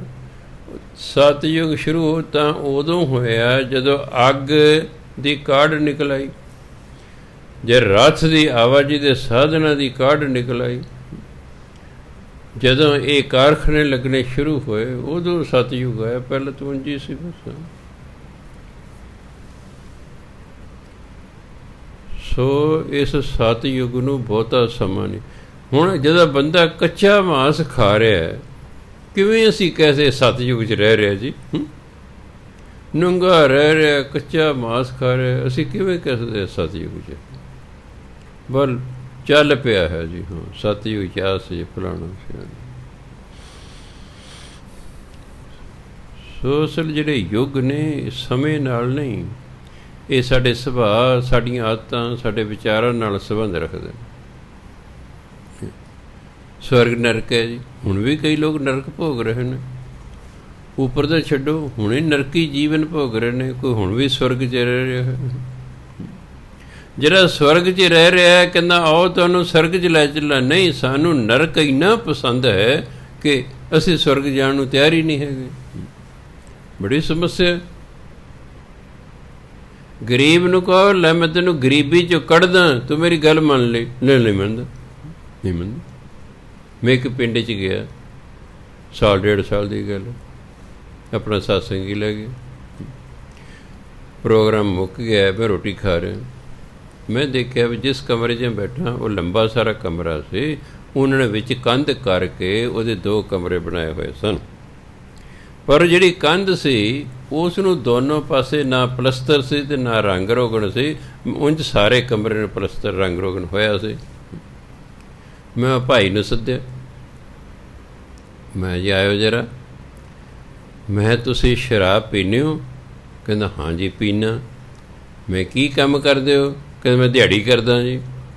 ਮੈਂ ਦੇਖ ਅਸੰਗਤ ਸੁਣਦੀ, ਤੂੰ ਸ਼ਰਾਬ ਪੀਣੀ ਬੰਦ ਕਰ ਦੇ, ਮੈਂ ਵਾਅਦਾ ਕਰਦਾ ਮੈਂ ਤੇਰੀ ਕੰਧ ਨੂੰ ਪਲਸਤਰ ਵੀ ਕਰਾ ਕੇ ਜਾਊਂਗਾ ਅਤੇ ਰੰਗ ਰੋਗਨ ਵੀ ਆਪਣੇ ਖਰਚੇ 'ਤੇ ਕਰਾ ਕੇ ਜਾਊਂਗਾ, ਤੂੰ ਸ਼ਰਾਬ ਪੀਣੀ ਛੱਡ ਦੇ। ਮੈਂ ਤੈਨੂੰ 1 ਮਹੀਨਾ ਦਿੱਤਾ। 2 ਮਹੀਨਿਆਂ ਬਾਅਦ ਮੈਂ ਪੁੱਛਿਆ ਕਿ ਨਾ ਜੀ ਉਹਨੇ ਛੱਡੀ ਹੋਈ ਨਹੀਂ ਹੈ, ਨਹੀਂ ਛੱਡੀ। ਇਹ ਜਿਹੜੇ ਨਰਕ 'ਚ ਜਿੰਨਾ ਰਹਿਣ ਦੀ ਆਦਤ ਪੈ ਜੇ, ਉਹ ਸਵਰਗ 'ਚ ਜਾਣ ਨੂੰ ਵੀ ਤਿਆਰ ਹੀ ਨਹੀਂ ਹੁੰਦੇ। ਕਰੇ ਤਾਂ ਕਰੇ ਕੀ? ਹੁਣ ਜਿਹੜਾ ਹੈ, ਜਿਹੜੇ ਭਗਤ ਰਵਿਦਾਸ ਜੀ ਸਨ, ਕਹਿੰਦੇ ਆਓ ਮੈਂ ਤੁਹਾਨੂੰ ਐਸੇ ਸ਼ਹਿਰ 'ਚ ਲੈ ਜਾਵਾਂ ਜਿੱਥੇ ਕੋਈ ਦੁੱਖ ਹੀ ਨਹੀਂ, ਜਿੱਥੇ ਕੋਈ ਟੈਕਸ ਹੀ ਨਹੀਂ, ਜਿੱਥੇ ਕੋਈ ਪੁੱਛ ਪੜਤਾਲ ਹੀ ਨਹੀਂ, ਜਿੱਥੇ ਕੋਈ ਰੁਕਾਵਟ ਹੀ ਨਹੀਂ, ਜਿੱਥੇ ਮੌਜਾਂ ਹੀ ਮੌਜਾਂ ਹਨ। ਕੋਈ ਜਾਣ ਨੂੰ ਤਿਆਰ ਨਹੀਂ ਹੁੰਦਾ। ਨਾ ਜੀ ਅਸੀਂ ਤਾਂ ਇਸੇ ਤਰ੍ਹਾਂ ਠੀਕ ਹੈ, ਅਸੀਂ ਨਹੀਂ ਤੁਹਾਡੇ ਸ਼ਹਿਰ 'ਚ ਜਾਂਦੇ। ਉਹ ਕੀ ਕਰ ਸਕਦਾ ਬੰਦਾ? ਫਿਰ ਕਹਿ ਹੀ ਸਕਦੇ ਨੇ, ਸਾਨੂੰ ਧੱਕੇ ਨਾਲ ਚੱਕ ਕੇ ਤਾਂ ਨਹੀਂ ਲਿਜਾ ਸਕਦਾ। ਉਹ ਕਹਿੰਦੇ ਜਿਹੜਾ ਮੇਰੀ ਗੱਲ ਮੰਨੇਗਾ ਉਹੀ ਮੇਰੇ ਸ਼ਹਿਰ 'ਚ ਦਾ ਵਾਸੀ ਹੈ, ਸਮਝੋ। ਗੁਰੂ ਮਹਾਰਾਜ ਤਾਂ ਚਾਹੁੰਦੇ ਸਨ ਉਹਦਾ ਸਿੱਖ ਸਵਰਗੀ ਜੀਵਨ ਜਿਵੇਂ। ਕਿਹੜਾ ਗੁਰੂ ਚਾਹੁੰਦਾ ਵੀ ਉਹਦਾ ਸਿੱਖ ਨਰਕ ਜੀ ਭੋਗੇ ਜੀ ਹੈ? ਪਰ ਅੱਜ ਕਿੰਨੇ ਸਿੱਖ ਨੇ ਨਰਕ ਭੋਗ ਰਹੇ ਹਨ, ਨਰਕ ਭੋਗ ਰਹੇ। ਗੁਰੂ ਦੀ ਗੱਲ ਹੀ ਨਹੀਂ ਮੰਨਣੀ। ਹੁਣ ਗੁਰੂ ਮਹਾਰਾਜ ਕੀ ਕਰਨ? ਸਿੱਖ ਨੂੰ ਡਾਂਗ ਮਾਰਨ? ਹੁਣ ਤਾਂ ਸਮਝਾਉਣਾ ਹੀ ਹੈ। ਇਹ ਬੰਦਾ ਨਹੀਂ ਸਮਝਦਾ, ਇਹਨੂੰ ਨਰਕ ਹੀ ਪਿਆਰਾ ਲੱਗਦਾ, ਕਰੇ ਤਾਂ ਕਰੇ ਕੀ? ਸੋ ਇਹ ਜਿਹੇ ਲੋਕਾਂ ਨੂੰ ਗੁਰੂ ਮਹਾਰਾਜ ਸਮਝਾਇਆ ਹੀ ਹੋਣਾ, ਗੁਰੂ ਨਾਨਕ ਦੇਵ ਜੀ ਨੇ।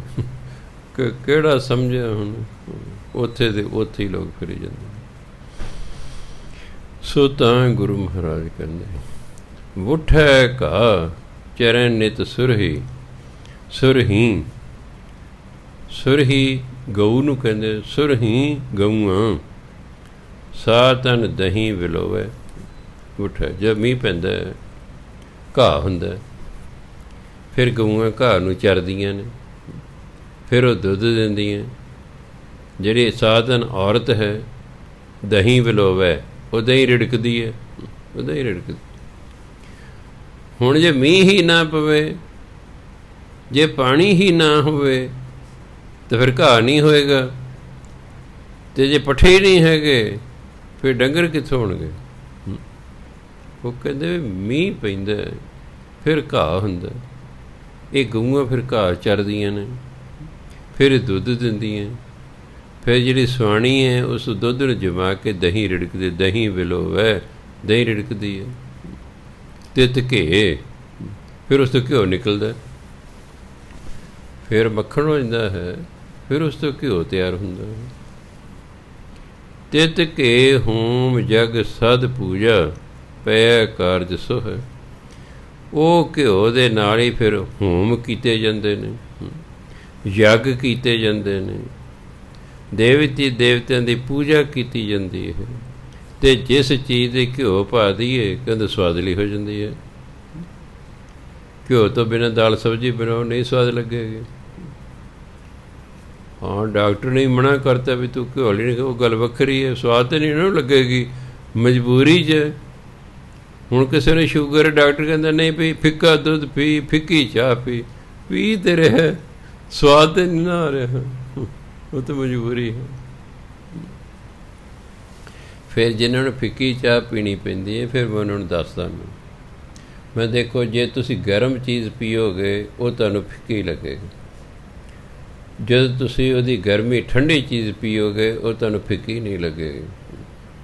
ਦੁੱਧ ਗਰਮ ਪੀਓ ਉਹ ਤੁਹਾਨੂੰ ਫਿੱਕਾ ਲੱਗੇਗਾ, ਦੁੱਧ ਨੂੰ ਠੰਡਾ ਕਰ ਲਓ, ਡੀਕ ਲਾ ਕੇ ਪੀ ਲਓ, ਫਿੱਕਾ ਨਹੀਂ ਲੱਗੇਗਾ। ਚਾਹ ਨੂੰ ਤੁਸੀਂ ਠੰਡੀ ਕਰ ਲਓ ਬਾਟੀ 'ਚ ਪਾ ਕੇ, ਜਦੋਂ ਦੇਖਿਆ ਹੁਣ ਡੀਕ ਲਾਉਣ ਵਾਲੀ ਹੋ ਗਈ ਹੈ, ਉਹ ਉਸ ਫਿੱਕੀ ਚਾਹ ਨੂੰ ਡੀਕ ਲਾ ਕੇ ਪੀ ਜਾਓ ਬਸ। ਮੈਨੂੰ ਆਪਣੀ ਬੇਬੇ ਦੀ ਗੱਲ ਪਸੰਦ ਆਈ।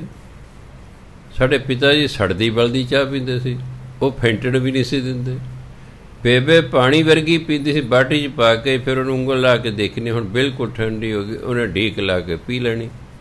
ਮੈਂ ਬੇਬੇ ਤੂੰ ਪਾਣੀ ਵਰਗੀ ਚਾਹ ਪੀਣੀ ਹੈ? ਮੈਨੂੰ ਉਹਨਾਂ ਦੀ ਗੱਲ ਚੰਗੀ ਲੱਗੀ, ਜੱਚ ਗਈ।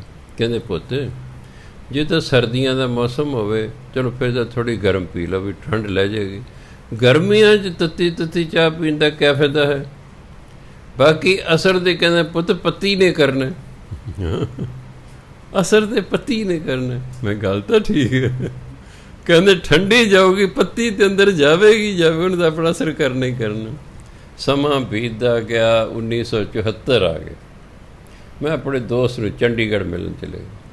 ਉਹਨੇ ਕਿਤੇ ਆਰਡਰ ਕਰਤਾ ਵੀ 2 ਜਿਹੜਾ ਹੈ ਕੋਲਡ ਕੌਫੀ ਦੇ ਕੱਪ ਲਿਆ।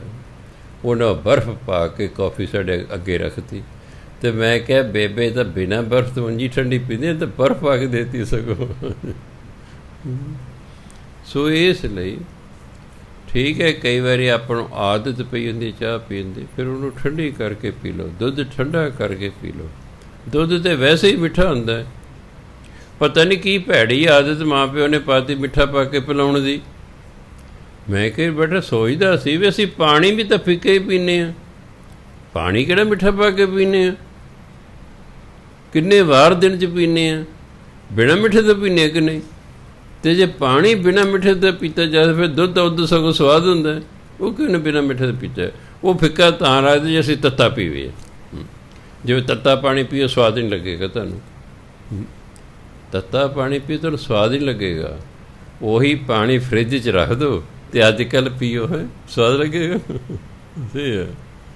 ਇਸ ਲਈ ਹਾਲਾਤ ਦੇ ਅਨੁਸਾਰ ਮਨੁੱਖ ਨੂੰ ਬਦਲਣਾ ਚਾਹੀਦਾ, ਪਰ ਇਹ ਲੋਕ ਹਾਲਾਤ ਅਨੁਸਾਰ ਨਾ ਬਦਲੇ, ਅਤੇ ਗੁਰੂ ਮਹਾਰਾਜ ਨੇ ਫਿਰ ਨਵੇਤਾ ਬਾਣੀ ਲਿਖਣੀ ਪਈ। ਗੁਰੂ ਸਮੁੰਦ ਨਦੀ, ਦੱਦਨ ਬਿਆਰੀ ਬਿੰਦੀ, ਨਦੀ ਇੱਕ ਵਚਨ ਹੈ, ਨਦੀ ਬਹੁਵਚਨ ਹੈ, ਨਦੀਆਂ। ਗੁਰੂ ਸਮੁੰਦ ਨਦੀ ਸਭ ਸਿੱਖੀ, ਇਹ ਸਿੱਖੀ ਪੜ੍ਹਨਾ।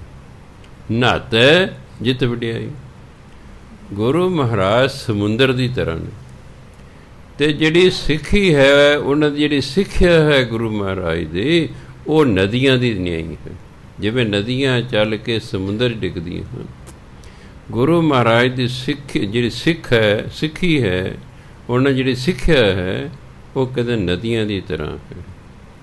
ਨਹਾਤੈ ਜਿਤ ਵਡਿਆਈ, ਉਹਨਾਂ ਦੀ ਸਿੱਖਿਆ 'ਚ ਨਹਾਉਣਾ, ਨਦੀਆਂ 'ਚ ਨਹਾਉਣਾ ਨਹੀਂ ਹੈ, ਕਹਿੰਦੇ ਉਹਨਾਂ ਦੀ ਸਿੱਖਿਆ 'ਚ ਨਹਾਉਣਾ, ਭਾਵ ਉਹਨਾਂ ਦੀ ਸਿੱਖਿਆ 'ਤੇ ਅਮਲ ਕਰਨਾ ਹੈ, ਫਿਰ ਜਾ ਕੇ ਗੱਲ ਬਣਦੀ ਹੈ। ਨਿਰਾ ਸਿੱਖਿਆ ਨੂੰ ਪੜ੍ਹੀ ਜਾਣਾ, ਗਾਈ ਜਾਣਾ, ਕਥਾ ਵਾਰਤਾ ਕਰੀ ਜਾਣਾ, ਠੀਕ ਹੈ, ਫਲ ਤਾਂ ਦਿੰਦੇ ਆ। ਆਪਾਂ ਬਾਣੀ ਪੜ੍ਹ ਰਹੇ ਹਾਂ ਤਾਂ ਫਲ ਸਾਨੂੰ ਮਿਲੇਗਾ, ਬਾਣੀ ਗਾ ਰਹੇ ਤਾਂ ਵੀ ਫਲ ਮਿਲੇਗਾ, ਬਾਣੀ ਦੀ ਕਥਾ ਵਾਰਤਾ ਇਹਦਾ ਵੀ ਫਲ ਮਿਲੇਗਾ, ਪਰ ਅਸਲ ਫਲ ਹੁੰਦਾ ਜਦੋਂ ਅਸੀਂ ਇਸ 'ਤੇ ਅਮਲ ਕਰੀਏ। ਜ਼ਿੰਦਗੀ ਅਮਲ ਤੋਂ ਬਿਨਾਂ ਨਹੀਂ ਬਦਲਦੀ, ਸਿੱਖਿਆ ਨੂੰ ਰੱਟੇ ਲਾ ਲੈਣ ਨਾਲ ਜ਼ਿੰਦਗੀ ਨਹੀਂ ਬਦਲਦੀ, ਸਿੱਖਿਆ ਨੂੰ ਮੰਨਣ 'ਤੇ ਹੀ ਜ਼ਿੰਦਗੀ ਬਦਲਦੀ ਹੈ। ਅਤੇ ਜਿੰਨਾ ਚਿਰ ਜ਼ਿੰਦਗੀ ਨਾ ਬਦਲੇ ਉਹਨਾਂ ਫਿਰ ਸੁਧਾਰ ਤੇ ਹੋਇਆ ਨਾ। ਗੁਰੂ ਮਹਾਰਾਜ ਤਾਂ ਕਹਿੰਦੇ ਮੇਰੇ ਸਿੱਖ ਦੇ ਇਹ ਕਲਾਸ ਜੀਵਨ ਹੋ ਜਾਏ। ਸੋ ਤਾਂ ਕਹਿੰਦੇ ਗੁਰੂ ਮਹਾਰਾਜ ਸਮੁੰਦਰ ਦੀ ਨਿਆਈ ਨੇ, ਉਹਨਾਂ ਦੀ ਸਿੱਖਿਆ ਨਦੀਆਂ ਦੀ ਨਿਆਈ ਹੈ। ਉਹਨਾਂ ਦੀ ਸਿੱਖਿਆ 'ਚ ਨਹਾ ਕੇ ਫਿਰ ਕਹਿੰਦੇ ਵਡਿਆਈ ਮਿਲਦੀ ਹੈ, ਆਦਰ ਮਾਣ ਮਿਲਦਾ। ਨਾਨਕ ਜੇ ਸਿਰ ਖੁੱਤੇ ਨਹਾਵਨ ਨਾਹੀਂ, ਤਾਂ ਸੱਤ ਚੱਟੇ ਸਿਰ ਛਾਈ। ਚੱਟੇ ਹੁੰਦਾ ਬੁੱਕ, ਆਪਾਂ ਬੁੱਕ ਭਰ ਕੇ ਇਹਦੇ ਸਿਰ 'ਤੇ ਸੁਆਹ ਪਾ ਦਈਏ। ਇਹ ਜਿਹੜੇ ਸਿਰ ਖੁੱਤੇ ਨੇ, ਇਹ ਸਿਰ ਪਟਾਉਣ ਵਾਲੇ ਨੇ, ਇਹ ਜੇ ਨਹੀਂ ਨਹਾਉਂਦੇ ਤਾਂ ਐਂ ਸਮਝੋ 7 ਬੁੱਕ ਸੁਆਹ ਇਹਨਾਂ ਦੇ ਸਿਰ 'ਤੇ ਪਈ ਹੋਈ। ਜਿਵੇਂ ਕੋਈ ਬੰਦਾ ਬੈਠਾ, ਤੁਸੀਂ 7 ਬੁੱਕ ਭਰ ਕੇ ਉਹਦੇ ਸਿਰ 'ਤੇ ਸੁਆਹ ਪਾ ਦਿਓ, ਬੇਇੱਜ਼ਤੀ ਕਰਨੀ ਜ਼ਰੂਰੀ। ਇਸ ਲਈ ਕਹਿੰਦੇ ਤੇ ਇਹੋ ਜਿਹੇ ਨੇ। ਅੱਗੇ ਕਹਿੰਦੇ ਮਹਿਲਾ ਦੂਜਾ, ਗੁਰੂ ਅੰਗਦ ਦੇਵ ਮਹਾਰਾਜ ਫਰਮਾਨ ਕਰਦੇ ਨੇ, ਅੱਗੀ ਪਾਲਾ ਕੀ ਕਰੇ ਸੂਰਜ ਕੇ ਹੀ ਰਾਤ, ਚੰਦ ਹਨੇਰਾ। ਨੰਨੇ ਦੇ ਪੈਰ 'ਚ ਹਾਹਾ। ਚੰਦ ਹਨੇਰਾ ਕੇ ਕਰੇ, ਪੌਣ ਪਾਣੀ ਕਿਆ ਜ਼ਾਤ। ਇਹ ਜਿਹੜਾ ਜ਼ਾਤ ਸ਼ਬਦ ਹੈ, ਇਹ ਹਿੰਦੀ ਪੰਜਾਬੀ ਦਾ ਨਹੀਂ, ਇਹ ਫਾਰਸੀ ਦਾ ਸ਼ਬਦ ਹੈ। ਅਤੇ ਫਾਰਸੀ ਜਾਤ ਪਾਤ ਨਹੀਂ ਹੁੰਦੀ, ਜ਼ਾਤ ਪਾਤ ਹੁੰਦੀ, ਜੱਜੇ ਪੈਰ 'ਚ ਬਿੰਦੇ। ਪੌਣ ਪਾਣੀ ਕਿਆ ਜ਼ਾਤ, ਧਰਤੀ ਚੀਜੀ ਕੇ ਕਰੇ, ਜਿਸ ਵਿੱਚ ਸਭ ਕੁਛ ਹੋਏ। ਨਾਨਕ ਤਾਂ ਪਤ ਜਾਣੀਐ, ਜਾਂ ਪਤ ਰੱਖੈ ਸੋਏ। ਅੱਗੇ ਪਾਲਾ ਕੀ ਕਰੇ। ਠੰਡ ਕਹਿੰਦੇ ਅੱਗ ਦਾ ਕੀ ਵਿਗਾੜ ਲਏਗਾ। ਠੰਡ ਅੱਗ ਦਾ ਕੁਛ ਨਹੀਂ ਵਿਗਾੜ ਸਕਦੀ, ਸਗੋਂ ਉਹ ਅੱਗ ਦੇ ਨੇੜੇ ਜਾਊ ਠੰਡ, ਤਾਂ ਠੰਡ ਖਤਮ ਹੋ ਜਾਏਗੀ। ਸੂਰਜ ਕੇ ਹੀ ਰਾਤ, ਰਾਤ ਸੂਰਜ ਦਾ ਕੁਝ ਨਹੀਂ ਵਿਗਾੜ ਸਕਦੀ। ਚੰਦ ਹਨੇਰਾ ਕੀ ਕਰੇ, ਹਨੇਰਾ ਚੰਦਰਮਨ ਦਾ ਕੁਝ ਨਹੀਂ ਵਿਗਾੜ ਸਕਦਾ। ਅਤੇ ਜਿਹੜੀ ਜ਼ਾਤ ਪਾਤ ਹੈ, ਇਹ ਪੌਣ ਅਤੇ ਪਾਣੀ ਦਾ ਕੁਛ ਨਹੀਂ ਵਿਗਾੜ ਸਕਦਾ। ਜ਼ਾਤ ਪਾਤ ਦਾ ਹਵਾ ਅਤੇ ਪਾਣੀ ਦੇ ਕੋਈ ਅਸਰ ਨਹੀਂ ਹੁੰਦਾ। ਧਰਤੀ ਚੀਜੀ ਕੀ ਕਰੇ, ਚੀਜੀ ਮੈਨੇ ਚੀਜ਼ਾਂ। ਛੋਟੇ ਹੁੰਦੇ ਆ ਦੁਕਾਨਦਾਰ ਤੋਂ ਕੋਈ ਸੌਦਾ ਲੈਣ ਜਾਣਾ, ਉਹਨੇ ਨਾਲ ਚੀਜੀ ਦੇ ਦੇਣੀ ਕੋਈ ਚੀਜ਼ ਬੱਚੇ ਨੂੰ, ਵੀ ਬੱਚਾ ਲਾਲਚ 'ਚ ਆ ਕੇ ਕੱਲ੍ਹ ਨੂੰ ਫਿਰ ਮੇਰੀ ਦੁਕਾਨ 'ਤੇ ਸੌਦਾ ਲੈਣਾ। ਉਹਨੂੰ ਰੂੰਗਾ ਵੀ ਕਹਿੰਦੇ, ਕਿਤੇ ਝੂੰਗਾ ਕਿਤੇ ਰੂੰਗਾ, ਆਡਰ ਇਹ ਦਿੰਦੇ। ਹੁਣ ਸਾਰੀਆਂ ਚੀਜ਼ਾਂ ਧਰਤੀ ਦੇ ਵਿੱਚੋਂ ਪੈਦਾ ਹੁੰਦੀਆਂ ਨੇ, ਅਤੇ ਇਹ ਫਿਰ ਚੀਜ਼ਾਂ ਧਰਤੀ ਦਾ ਕੀ ਵਿਗਾੜ ਸਕਦੀਆਂ ਨੇ। ਇਹ ਤਾਂ ਧਰਤੀ 'ਚ ਹੀ ਪੈਦਾ ਹੋਈਆਂ ਨੇ, ਜਿਸ ਵਿੱਚ ਸਭ ਕੁਛ ਹੋਏ। ਇਸ ਧਰਤੀ ਕੇ ਸਭ ਕੁਛ ਹੁੰਦਾ। ਇਸ ਲਈ ਜਿਹੜੀ ਚੀਜ਼ਾਂ ਨੇ, ਜਿਹੜੀ ਧਰਤੀ ਵਿੱਚੋਂ ਪੈਦਾ ਹੋਈਆਂ, ਇਹ ਧਰਤੀ ਦਾ ਕੁਝ ਨਹੀਂ ਵਿਗਾੜ ਸਕਦੀਆਂ। ਇਸੇ ਤਰ੍ਹਾਂ ਹੀ ਅਸੀਂ ਪਰਮਾਤਮਾ ਬਾਰੇ ਜੋ ਕਈ ਮਰਜ਼ੀ ਕਹੀ ਜੇ, ਅਸੀਂ ਪਰਮਾਤਮਾ ਦਾ ਕੁਛ ਨਹੀਂ ਵਿਗਾੜ ਸਕਦੇ, ਅਸੀਂ ਉਸ ਦਾ ਕੁਛ ਨਹੀਂ ਵਿਗਾੜ ਸਕਦੇ। ਇਸ ਲਈ ਕਹਿੰਦੇ ਨਾਨਕ ਤਾਂ ਪਤ ਜਾਣੀਏ, ਜਾਂ ਪਤ ਰੱਖੈ ਸੋਏ। ਸਾਡੀ ਇੱਜ਼ਤ ਤਾਂ ਜੇ ਪਰਮਾਤਮਾ ਸਾਡੀ ਇੱਜ਼ਤ ਰੱਖੇ। ਜੇ ਤੁਹਾਡੀ ਇੱਜ਼ਤ ਮਾਨ ਹੋ ਰਿਹਾ, ਇਹ ਸਮਝਣਾ ਇਹ ਪਰਮਾਤਮਾ ਕਰਵਾ ਰਿਹਾ ਹੈ। ਜੇ ਉਹ ਚਾਹੇ ਜਦੋਂ ਮਰਜ਼ੀ ਐਸਾ ਸਾਡੇ ਤੋਂ ਕੰਮ ਕਰਾ ਦੂਗਾ, ਉਹੀ ਲੋਕ ਜਿਹੜੇ ਸਾਡੀ ਇੱਜ਼ਤ ਕਰਦੇ ਉਹ ਸਾਡੀ ਬੇਇੱਜ਼ਤੀ ਕਰਨ ਲੱਗ ਜਾਂਦੇ। ਇਸ ਲਈ ਜੇ ਇੱਜ਼ਤ ਹੋ ਰਹੀ ਹੈ, ਇਸ 'ਤੇ ਕੋਈ ਹਉਮੈ ਨਹੀਂ ਕਰਨਾ ਕਿ ਮੇਰੇ ਗੁਣਾਂ ਕਾਰਨ ਹੋ ਰਹੀ ਹੈ, ਉਹ ਤਾਂ ਕਰਵਾ ਰਿਹਾ ਹੈ। ਜੋ ਸਾਡਾ ਪੰਜਾਬੀ ਟੀਚਰ ਸੀ ਘਨੌਰ, ਮੈਂ ਕਈ ਸਾਲ ਮੈਂ ਗਿਆਨੀ ਜੀ, ਤੁਸੀਂ ਮੈਂ ਦੇ ਕਈ ਸਾਲਾਂ ਤੋਂ ਵੇਖ ਰਿਹਾ, ਤੁਸੀਂ ਪੜ੍ਹਾਉਂਦੇ ਵੀ ਬਹੁਤ ਹੋ, ਪਰ ਮੈਂ ਪਿੰਡ ਦੇ ਕਿਸੇ ਵੀ ਬੰਦੇ ਨਾਲ ਗੱਲ ਕਰਦਾ ਤੁਹਾਡੀ ਬਦਨਾਮੀ ਕਰਦਾ ਹੋ, ਇਹ ਤਾਂ ਨਲਾਇਕ ਹੈ ਜੀ। ਕੋਈ ਕਾਰਨ ਹੋਣਾ। ਉਹ ਗੋਲ ਮੋਲ ਕਰ ਗਿਆ। ਚਲੋ ਉਹਦਾ ਇੰਨੇ ਚਿਰ ਦਾ ਭੀੜ ਲੱਗ ਗਿਆ। ਦੂਜੇ ਟੀਚਰਾਂ ਨੂੰ ਪੁੱਛਿਆ, ਕਹਿੰਦੇ ਜੀ, ਕਹਿੰਦੇ ਬਾਦ ਨਾਲੋਂ ਬਦਨਾਮ ਬੁਰਾ। ਇਹ ਕਹਿੰਦਾ ਆਪਣੇ ਕੁਆਟਰ 'ਚ ਸਕੂਲ ਆਇਆ ਹੀ ਨਹੀਂ ਸੀ ਕਰਦਾ, ਇਹ ਕਲਾਸਾਂ ਹੀ ਨਹੀਂ ਸੀ ਲਾਉਂਦਾ ਹੁੰਦਾ। ਪ੍ਰਿੰਸੀਪਲ ਤੰਗ ਆ ਕੇ ਕਲਾਸ ਨੂੰ ਇਹਦੇ ਘਰ ਭੇਜ ਦਿਆ ਕਰਦਾ ਸੀ। ਇਹ ਕਹਿੰਦਾ ਇਹਦੀ ਫਿਰ ਜਿਹੜਾ ਸਾਲ 2 ਸਾਲਾਂ ਸਾਰੇ ਪਿੰਡ 'ਚ ਬਦਨਾਮੀ ਹੋ ਗਈ। ਉਹ ਕਹਿੰਦੇ ਨੇ ਬਾਦ ਨਾਲੋਂ ਬਦਨਾਮ ਬੁਰਾ, ਕਹਿੰਦੇ ਇਹ ਬਦਨਾਮ ਹੋ ਗਿਆ ਹੈ। ਇਹ ਹੁਣ ਹਾਲਾਂਕਿ ਤੁਸੀਂ ਦੇਖ ਰਹੇ ਪੜ੍ਹਾਉਂਦਾ ਹੈ, ਪਰ ਇਹ ਬਦਨਾਮ ਹੋ ਚੁੱਕਾ ਹੈ। ਇਹ ਮੁਸ਼ਕਿਲ ਹੈ ਇਹਦੀ ਇੱਜ਼ਤ ਹੋਣੀ ਮੁੜ ਕੇ। ਇਸ ਲਈ ਕਿਸੇ ਪ੍ਰਕਾਰ ਦਾ ਦੱਸਿਆ ਵੀ ਜਿਵੇਂ ਜੇ ਹੰਕਾਰ ਕਰੇ ਪਾਲਾ, ਵੀ ਮੈਂ ਅੱਗ ਦਾ ਕਰ ਦਾਂਗਾ, ਪਾਲਾ ਕਹਿੰਦੇ ਅੱਗ ਦਾ ਕੁਛ ਨਹੀਂ ਵਿਗਾੜ ਸਕਦਾ, ਉਹ ਕੁਛ ਨਹੀਂ ਕਰ ਸਕਦਾ। ਰਾਤ ਸੂਰਜ ਦਾ ਕੁਛ ਨਹੀਂ ਵਿਗਾੜ ਸਕਦੇ। ਇਸ ਲਈ ਜੇ ਅਸੀਂ ਕਿਸੇ ਚੀਜ਼ ਦਾ ਹੰਕਾਰ ਕਰਾਂਗੇ ਸਾਡਾ ਆਪਣਾ ਨੁਕਸਾਨ ਹੈ, ਅਸੀਂ ਦੂਜੇ ਦਾ ਕੁਛ ਨਹੀਂ ਵਿਗਾੜ ਸਕਦੇ। ਇਸ ਗੱਲ 'ਚ ਸਮਝਾਈ ਹੋਈ ਹੈ। ਇਹ ਤਾਂ ਪਰਮਾਤਮਾ ਹੀ ਸਾਡੀ ਇੱਜ਼ਤ ਰੱਖੇ ਤਾਂ ਹੀ ਇੱਜ਼ਤ ਰਹਿ ਸਕਦੀ ਹੈ। ਹਉਮੈ 'ਚ ਆਇਆ ਨਹੀਂ ਗੱਲ ਬਣਦੀ ਹੈ। ਪੌੜੀ ਤੁਧ ਸੱਚੇ ਸੁਭਾਨ, ਇਹਨੂੰ ਸੁਭਾਨ ਨਹੀਂ, ਇਹ 2 ਸ਼ਬਦ ਨਹੀਂ ਬਣਾ ਲੈਣੇ। ਬੱਬਾ ਅਤੇ ਹਾ ਰਲ ਕੇ ਭੱਬਾ ਬਣਦਾ। ਇੰਗਲਿਸ਼ ਵੀ ਹੈ, ਬੀ ਅਤੇ ਐਚ ਰਲ ਕੇ ਕੀ ਬਣਦਾ? ਭੱਬਾ ਬਣਦਾ। ਇਸ ਤਰ੍ਹਾਂ ਪੰਜਾਬੀ ਦੇ ਵਿੱਚ ਵੀ ਬੱਬਾ ਅਤੇ ਹਾ ਰਲ ਕੇ ਭੱਬਾ ਬਣਦਾ। ਸੁਭਾਨ, ਮੁਸਲਮਾਨ ਜੇ ਮਿਲ ਕੇ ਸੁਭਾਨ ਅੱਲਾਹ, ਹੈ ਪਰਮਾਤਮਾ ਤੋਂ ਬੜਾ ਆਸ਼ਚਰਜ ਹੈ।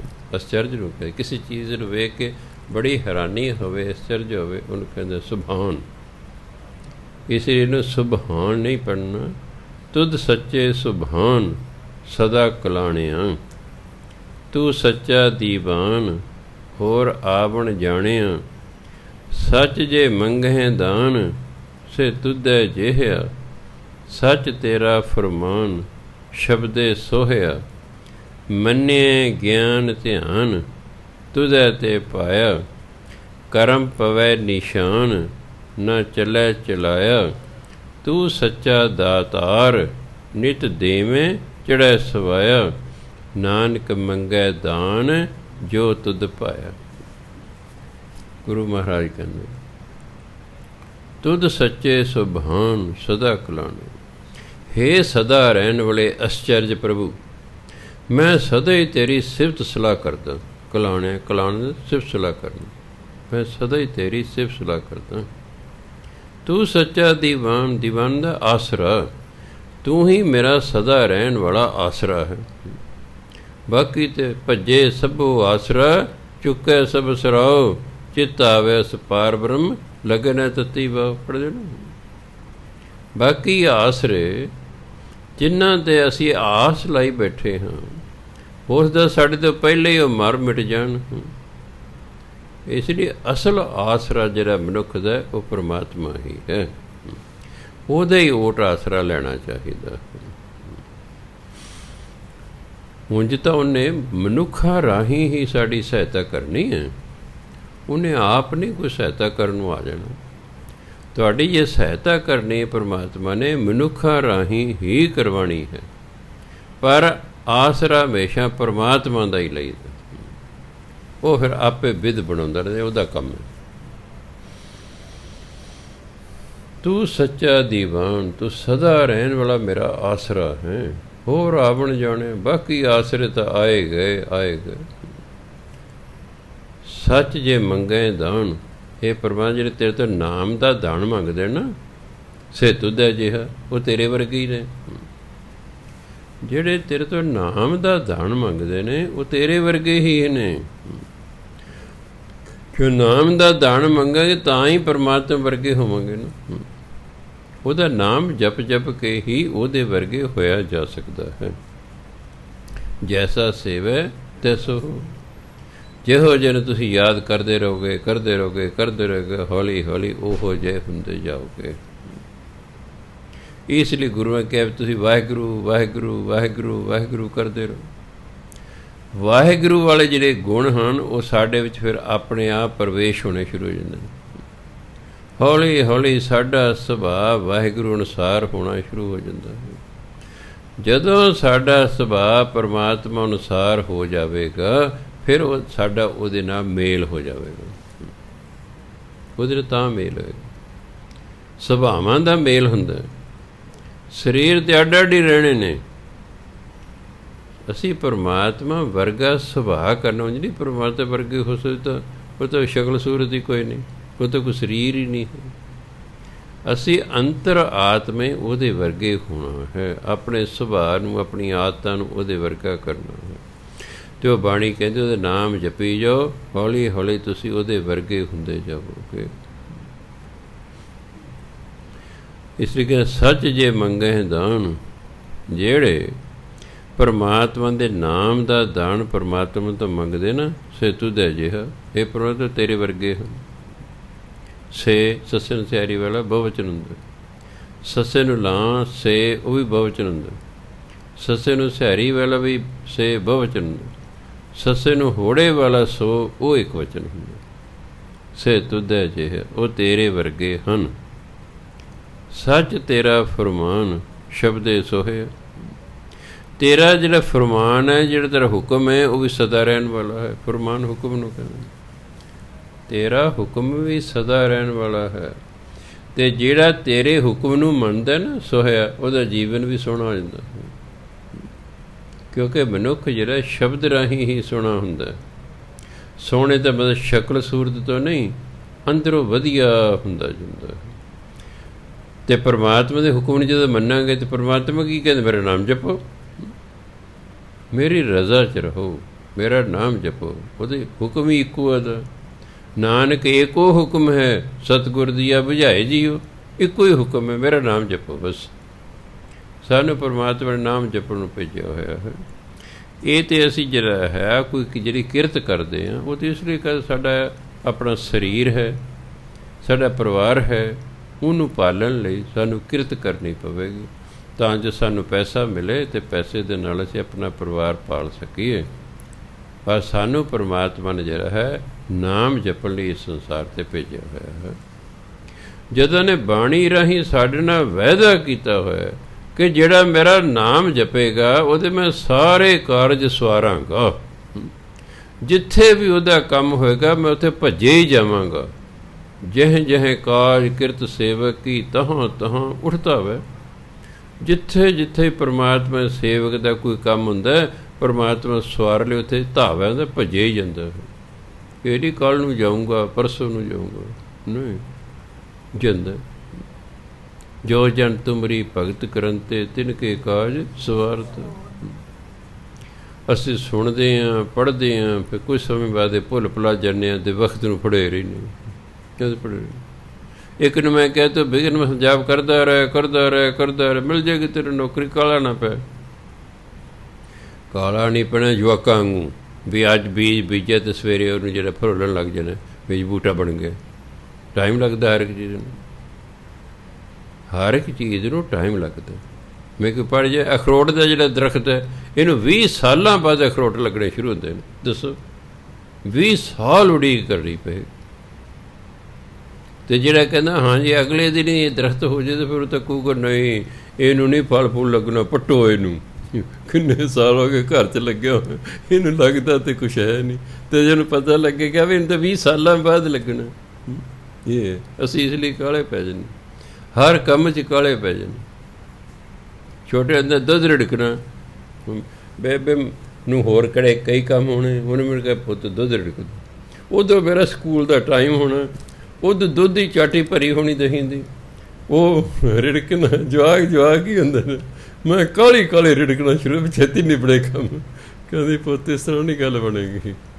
ਇਹ ਨਾ ਦਹੀਂ ਗਰਮ ਹੋ ਜਾਏਗਾ, ਜੇ ਦਹੀਂ ਗਰਮ ਹੋ ਗਿਆ ਨਾ ਉੱਤੇ ਮੱਖਣ ਨਹੀਂ ਆਉਣਾ, ਉਹ ਘੁਲ ਜਾਏਗਾ ਵਿੱਚ। ਆਰਾਮ ਨਾਲ ਇਹਨੂੰ ਰਿੜਕ, ਨਾਲੇ ਤੇਰੇ ਕੱਪੜੇ ਨਹੀਂ ਲਿਬੜਨਗੇ, ਨਾਲੇ ਦਹੀਂ ਦੀ ਛਟਾਣੀ ਬਾਹਰ ਪੈਣਗੀ। ਆਰਾਮ ਨਾਲ ਕਰ। ਸੋ ਆਰਾਮ ਨਾਲ ਹੀ ਗੱਲ ਬਣਦੀ ਹੈ, ਉਡੀਕ ਕਰਨੀ ਪੈਂਦੀ, ਮਿਹਨਤ ਕਰੀ। ਅੱਜ ਉਹਨੂੰ ਮਿਲ ਗਈ ਨੌਕਰੀ, ਭਾਵੇਂ 10,000 ਦੀ ਮਿਲੀ, ਪਟਿਆਲੇ 'ਚ ਹੀ ਮਿਲ ਗਈ। ਚੱਲ ਮਿਲੀ ਸਰਕਾਰੀ ਹੈ, ਭਾਵੇਂ ਕੱਚੀ ਮਿਲੀ ਹੈ, ਮਿਲ ਤੇ ਗਈ ਨਾ। ਕਹਿੰਦਾ ਹਾਂ ਜੀ ਮੈਂ ਤਾਂ ਲੱਗਿਆ ਰਹਿਣਾ। ਫਿਰ ਮੈਂ ਲੱਗਾ ਰਹਿ, ਤੂੰ ਕਾਹਲੀ ਨਾ, ਕਾਹਲਾ ਨਾ ਪੈ, ਅਜੇ ਵੀ ਛੱਡਣਾ ਨਹੀਂ, ਲੱਗਾ ਰਹਿ ਜਿੰਨਾ ਚਿਰ ਪੱਕਾ ਨਹੀਂ ਹੋ ਜਾਂਦਾ। ਹੋ ਸਕਦਾ ਇਹ ਤੋਂ ਵਧੀਆ ਤੈਨੂੰ ਕੋਈ ਹੋਰ ਨੌਕਰੀ ਮਿਲ ਜਾਏ। ਲੱਗੇ ਰਹੋ, ਲੱਗੇ ਰਹੋ ਬਸ। ਇਹ 2 ਲਾਈਨਾਂ 'ਚ ਹੀ ਬੜੀ ਤਾਕਤ ਹੈ। ਜੋ 2 ਲਾਈਨਾਂ ਵਿਘਨ ਵਿਨਾਸਨ ਸਭ ਦੁੱਖ ਨਾਸਨ। ਵਿਘਨ ਵਿਨਾਸਨ, ਇੱਕ ਤਾਂ ਵਿਘਨ ਦੂਰ ਹੋਣਗੇ, ਸਭ ਦੁੱਖ ਨਾਸਨ, ਸਾਰੇ ਦੁੱਖਾਂ ਦਾ ਨਾਸ ਹੋ ਜਾਏਗਾ। ਸਤਿਗੁਰ ਨਾਮ ਦ੍ਰਿੜਾਇਆ, ਖੋਏ ਪਾਪ, ਜਿਹੜੇ ਪਾਪ ਕੀਤੇ ਨੇ ਉਹ ਖਤਮ ਹੋ ਜਾਣਗੇ। ਭੈ ਸਭ ਭਾਵਨ, ਸਭ ਕੁਝ ਪਵਿੱਤਰ ਹੋ ਜਾਏਗਾ। ਜਾਂ ਨਾਨਕ ਸੁਖ ਘਰ ਹੈ, ਨਾਲ ਸੁਖ ਮਿਲੇਗਾ। ਹੋਰ ਬਾਕੀ ਕੀ ਰਹਿ ਗਿਆ? ਦੋ ਲਾਈਨਾਂ ਹੀ ਨੇ, ਦੋ ਲਾਈਨਾਂ। ਮਾਇਆ ਚਾਹੀਦੀ ਹੈ, ਰੱਬ ਚਾਹੀਦਾ, ਉਹਦੀਆਂ ਵੀ ਦੋ ਲਾਈਨਾਂ ਨੇ। ਪ੍ਰਭ ਕੈ ਸਿਮਰਨ ਰਿੱਧ ਸਿੱਧ ਨੌ ਨਿੱਧ, ਪ੍ਰਭ ਕੈ ਸਿਮਰਨ ਗਿਆਨ ਧਿਆਨ ਤਤ ਬੁੱਧ। ਬਸ ਇਹਦਾ ਜਾਪ ਕਰਦੇ ਰਹੋ ਘੰਟਿਆਂ ਬੱਧੀ, ਜਿਵੇਂ ਵਾਹਿਗੁਰੂ ਵਾਹਿਗੁਰੂ ਕਰਦੇ, ਦੋ ਲਾਈਨਾਂ ਦਾ ਜਾਪ ਕਰਦੇ ਰਹੋ। ਕੋਈ ਸਾਲਾਂ ਬਾਅਦ ਤੁਸੀਂ ਦੇਖੋ, ਤੁਸੀਂ ਅਮੀਰ ਹੋਣੇ ਸ਼ੁਰੂ ਹੋ ਜਾਓਗੇ। ਕਿਉਂਕਿ ਪ੍ਰਭ ਕੈ ਸਿਮਰਨ ਰਿੱਧ ਸਿੱਧ ਨੌ ਨਿੱਧ, ਪ੍ਰਭ ਕੈ ਸਿਮਰਨ ਗਿਆਨ ਧਿਆਨ ਤਤ ਬੁੱਧ। ਨਾਲੇ ਸਾਡੀ ਸੋਚ ਉੱਚੀ ਹੁੰਦੀ ਜਾਵੇਗੀ ਦੋ ਲਾਈਨਾਂ ਨਾਲ ਹੀ। ਗੱਲ ਤਾਂ ਕਮਾਈ ਕਰਨ ਦੀ ਹੈ, ਉਸ 'ਤੇ ਅਮਲ ਕਰਨ ਦੀ ਹੈ। ਜਿਹਦੀ ਮਰਜ਼ੀ ਕਰਕੇ ਦੇਖ ਲਓ। ਗਰੀਬੀ ਹੈ, ਲੱਗ ਜਾਓ ਜਾਪ ਕਰ। ਰੱਬ ਚਾਹੀਦਾ ਤਾਂ ਵੀ ਜਾਪ ਲੱਗ ਜਾਓ ਕਰਨ। ਅਤੇ ਦੋ ਹੀ ਸਾਨੂੰ ਚੀਜ਼ਾਂ ਚਾਹੀਦੀਆਂ, ਅਮੀਰੀ ਚਾਹੀਦੀ ਹੈ, ਰੱਬ ਚਾਹੀਦਾ, ਅਤੇ ਆਹ ਦੋ ਹੀ ਲੈਣਾ ਚਾਹੀਦੀਆਂ ਬਸ। ਪ੍ਰਭ ਕੈ ਸਿਮਰਨ ਰਿੱਧ ਸਿੱਧ ਨੌ ਨਿੱਧ, ਪਰਮਾਤਮਾ ਸਿਮਰਨ ਰਿੱਧੀਆਂ ਸਿੱਧੀਆਂ ਨੌ ਨਿਧੀਆਂ ਮਿਲਦੀਆਂ। ਪ੍ਰਭ ਕੈ ਸਿਮਰਨ ਗਿਆਨ ਧਿਆਨ, ਰੱਬੀ ਗਿਆਨ ਮਿਲਦਾ ਹੈ। ਦੋ ਲਾਈਨਾਂ ਦੀ ਲੋੜ ਹੈ। ਬਾਣੀ ਦੇ ਵਿੱਚ ਜੋ ਲਿਖਿਆ ਹੋਇਆ, ਜਦੋਂ ਉਸ ਲਾਈਨ ਅਸੀਂ ਵਾਰੀ ਵਾਰੀ ਰਿਪੀਟ ਕਰਦੇ ਹਾਂ, ਉਹ ਚੀਜ਼ ਸਾਨੂੰ ਪ੍ਰਾਪਤ ਹੋ ਜਾਂਦੀ ਹੈ। ਜੋ ਬਾਣੀ 'ਚ ਲਿਖਿਆ, ਜਦੋਂ ਅਸੀਂ ਵਾਰੀ ਉਸੇ ਲਾਈਨ ਨੂੰ ਜਪੀ ਜਾਂਦੇ ਹਾਂ, ਉਸ ਲਾਈਨ ਦੇ ਵਿੱਚ ਜੋ ਲਿਖਿਆ ਹੋਇਆ ਸਮਾਂ ਪਾ ਕੇ ਸਾਨੂੰ ਪ੍ਰਾਪਤ ਹੋ ਜਾਂਦਾ ਹੈ। ਸੋ ਜ਼ਿੰਦਗੀ ਧੱਕੇ ਖਾਣ ਦੀ ਕੀ ਲੋੜ ਹੈ? ਕੋਈ ਜ਼ਿੰਦਗੀ ਧੱਕੇ ਧੋੜੇ ਖਾਣ ਦੀ ਲੋੜ ਨਹੀਂ।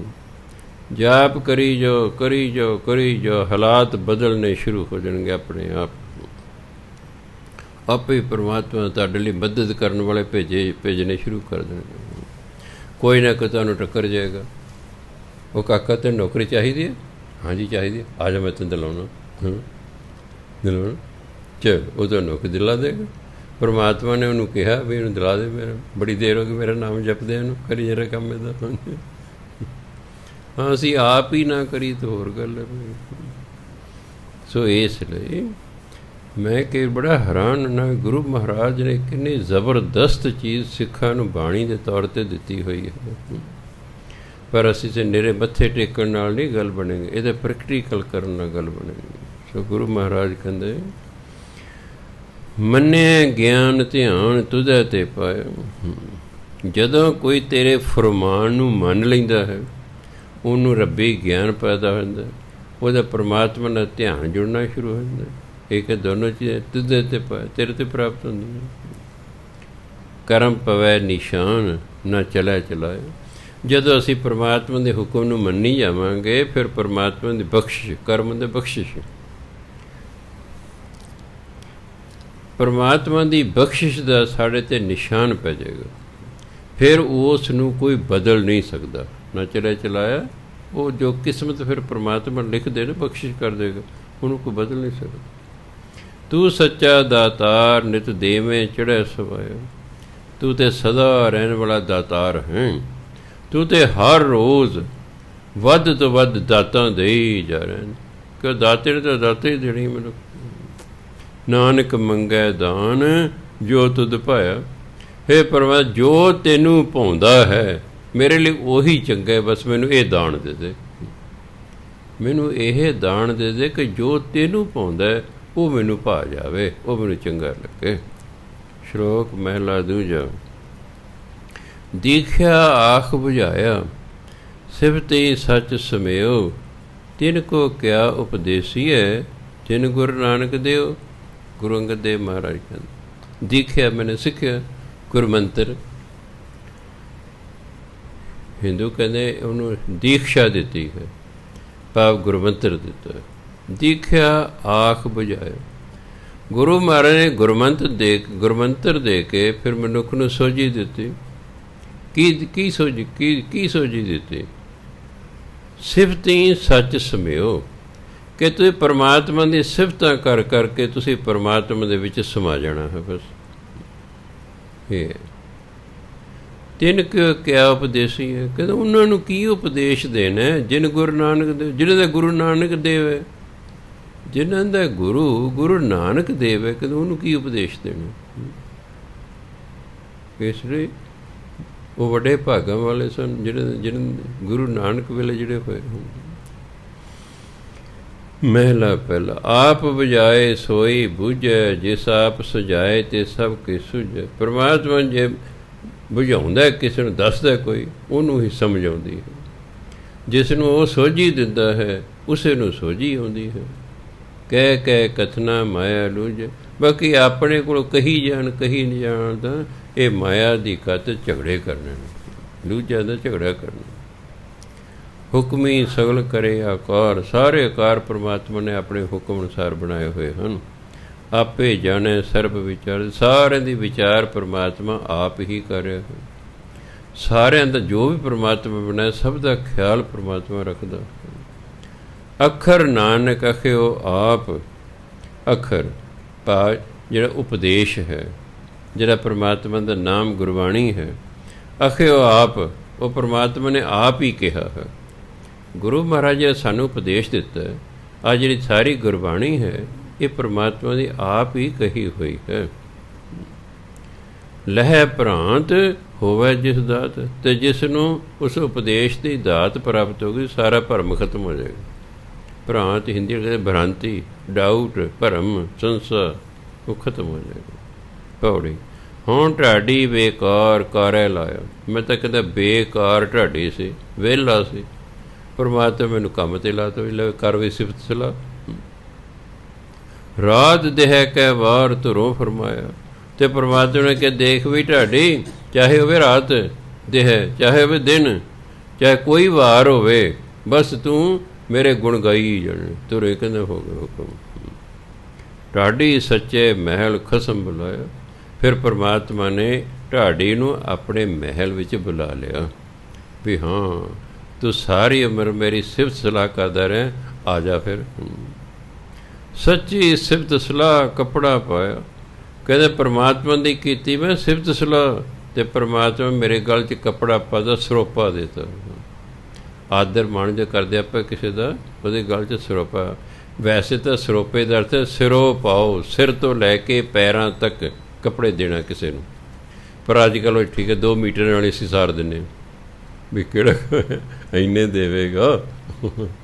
ਜਿਹੜਾ ਹੈ ਉਂਝ ਸਰੋਪੇ ਦਾ ਸ਼ਬਦੀ ਅਰਥ ਸਿਰੋਂ ਪਾਓ, ਸਿਰ ਤੋਂ ਲੈ ਕੇ ਪੈਰਾਂ ਤੱਕ ਜਿਹੜਾ ਪਹਿਰਾਵਾ ਹੈ ਉਹ ਦੇਣਾ ਕਿਸੇ। ਫਿਰ ਭਾਵ ਕਹਿਣ ਆਦਰ ਮਾਣ ਸਤਿਕਾਰ। ਸੱਚਾ ਅੰਮ੍ਰਿਤ ਨਾਮ ਭੋਜਨ ਆਇਆ। ਪਰਮਾਤਮਾ ਜਿਹੜਾ ਨਾਮ ਹੈ ਨਾ, ਇਹੀ ਅਸਲ ਮਨੁੱਖ ਲਈ ਭੋਜਨ ਹੈ। ਜਿਹੜਾ ਨਾਮ ਜਪਣ ਵਾਲਾ ਬੰਦਾ ਹੈ ਉਹ ਪਰਮਾਤਮਾ ਦੇ ਨਾਮ ਨੂੰ ਹੀ ਭੋਜਨ ਬਣਾਉਂਦਾ ਹੈ। ਜਿਵੇਂ ਆਪਾਂ ਭੋਜਨ ਤੋਂ ਬਿਨਾਂ ਮਰ ਜਾਵਾਂਗੇ, ਉਹ ਸਮਝੇ ਵੀ ਜੇ ਮੈਂ ਨਾਮ ਨਹੀਂ ਜਪਾਂਗਾ ਤਾਂ ਐਂ ਸਮਝੋ ਮੇਰੀ ਮੌਤ ਹੋ ਜਾਏਗੀ। ਆਖਾਂ ਜੀਵ ਵਿਸਰੈ ਮਰ ਜਾਉ। ਗੁਰਮਤੀ ਖਾਧਾ ਰੱਜ ਤਿਨ ਸੁਖ ਪਾਇਆ। ਜਿਨ੍ਹਾਂ ਨੇ ਗੁਰੂ ਦੀ ਮੱਤ 'ਤੇ ਚੱਲ ਕੇ ਇਸ ਨਾਮ ਰੂਪੀ ਭੋਜਨ ਨੂੰ ਰੱਜ ਕੇ ਖਾਧਾ, ਉਹਨੂੰ ਸੁੱਖ ਦੀ ਪ੍ਰਾਪਤੀ ਹੋ ਗਈ। ਢਾਡੀ ਕਰੇ ਪਸਾਓ ਸ਼ਬਦ ਵਜਾਇਆ।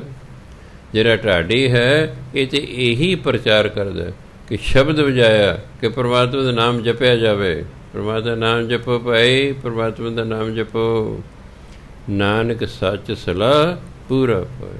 ਗੁਰੂ ਕਹਿੰਦੇ ਸੱਚ ਸਲਾਹ, ਹਾਇਰ ਸਿਆਰੀ ਲੱਗੇ ਸਲਾਹ ਕੇ ਪਰਮਾਤਮਾ ਦੀ ਸਿਫਤ ਸਲਾਹ ਕਰਕੇ ਪੂਰਾ ਪਾਇਆ। ਉਸ ਪੂਰੇ ਪਰਮਾਤਮਾ ਨੂੰ ਪਾਇਆ ਜਾ ਸਕਦਾ ਹੈ। ਸੋ ਜਿਹਨੇ ਵੀ ਪਰਮਾਤਮਾ ਨੂੰ ਪਾਉਣਾ ਉਹਨੂੰ ਪਰਮਾਤਮਾ ਦੀ ਸਿਫਤ ਸਲਾਹ ਕਰਨੀ ਪਵੇਗੀ। ਕਿੰਨੀ ਕਰਦੇ ਹਾਂ ਬਸ ਇਹ ਸਾਡੇ 'ਤੇ ਨਿਰਭਰ ਕਰਦਾ ਹੈ। ਜੇ ਸਾਡੇ ਵੱਡੇ ਭਾਗ ਹੋਣ ਤਾਂ ਫਿਰ ਉੱਠਦੇ ਬੈਠਦੇ ਤੁਰਦੇ ਫਿਰਦੇ ਵਾਹਿਗੁਰੂ ਵਾਹਿਗੁਰੂ ਕਰੀ ਜਾਵਾਂਗੇ, ਅਤੇ ਜੇ ਭਾਗਾਂ 'ਚ ਕੁਝ ਕਸਰ ਹੈ ਤਾਂ ਫਿਰ ਅਗਲਾ ਜਨਮ ਲੈਣਾ ਪਵੇਗਾ। ਪ੍ਰਾਪਤੀ ਉਹਦੀ ਜਿਹੜਾ ਹੈ ਵਡਿਆਈ ਵੱਡਾ ਪਾਇਆ। ਵਡਿਆਈਆਂ ਕਰ ਕਰਕੇ ਉਸ ਵੱਡੇ ਨੂੰ ਪ੍ਰਾਪਤ ਕੀਤਾ ਜਾ ਸਕਦਾ ਹੈ। ਇਹਦੇ ਨਾਨਕ ਸੱਚ ਸਲਾਹ ਪੂਰਾ ਪਾਇਆ। ਪਰਮਾਤਮਾ ਸਿਫਤ ਸਲਾਹ ਕਰਕੇ ਹੀ ਪਰਮਾਤਮਾ ਦੀ ਪ੍ਰਾਪਤੀ ਹੁੰਦੀ ਹੈ। ਸਤਿਕਾਰਯੋਗ ਸਾਧ ਸੰਗਤ ਜੀ, ਵਾਹਿਗੁਰੂ ਜੀ ਕਾ ਖਾਲਸਾ, ਵਾਹਿਗੁਰੂ ਜੀ ਕੀ ਫਤਿਹ।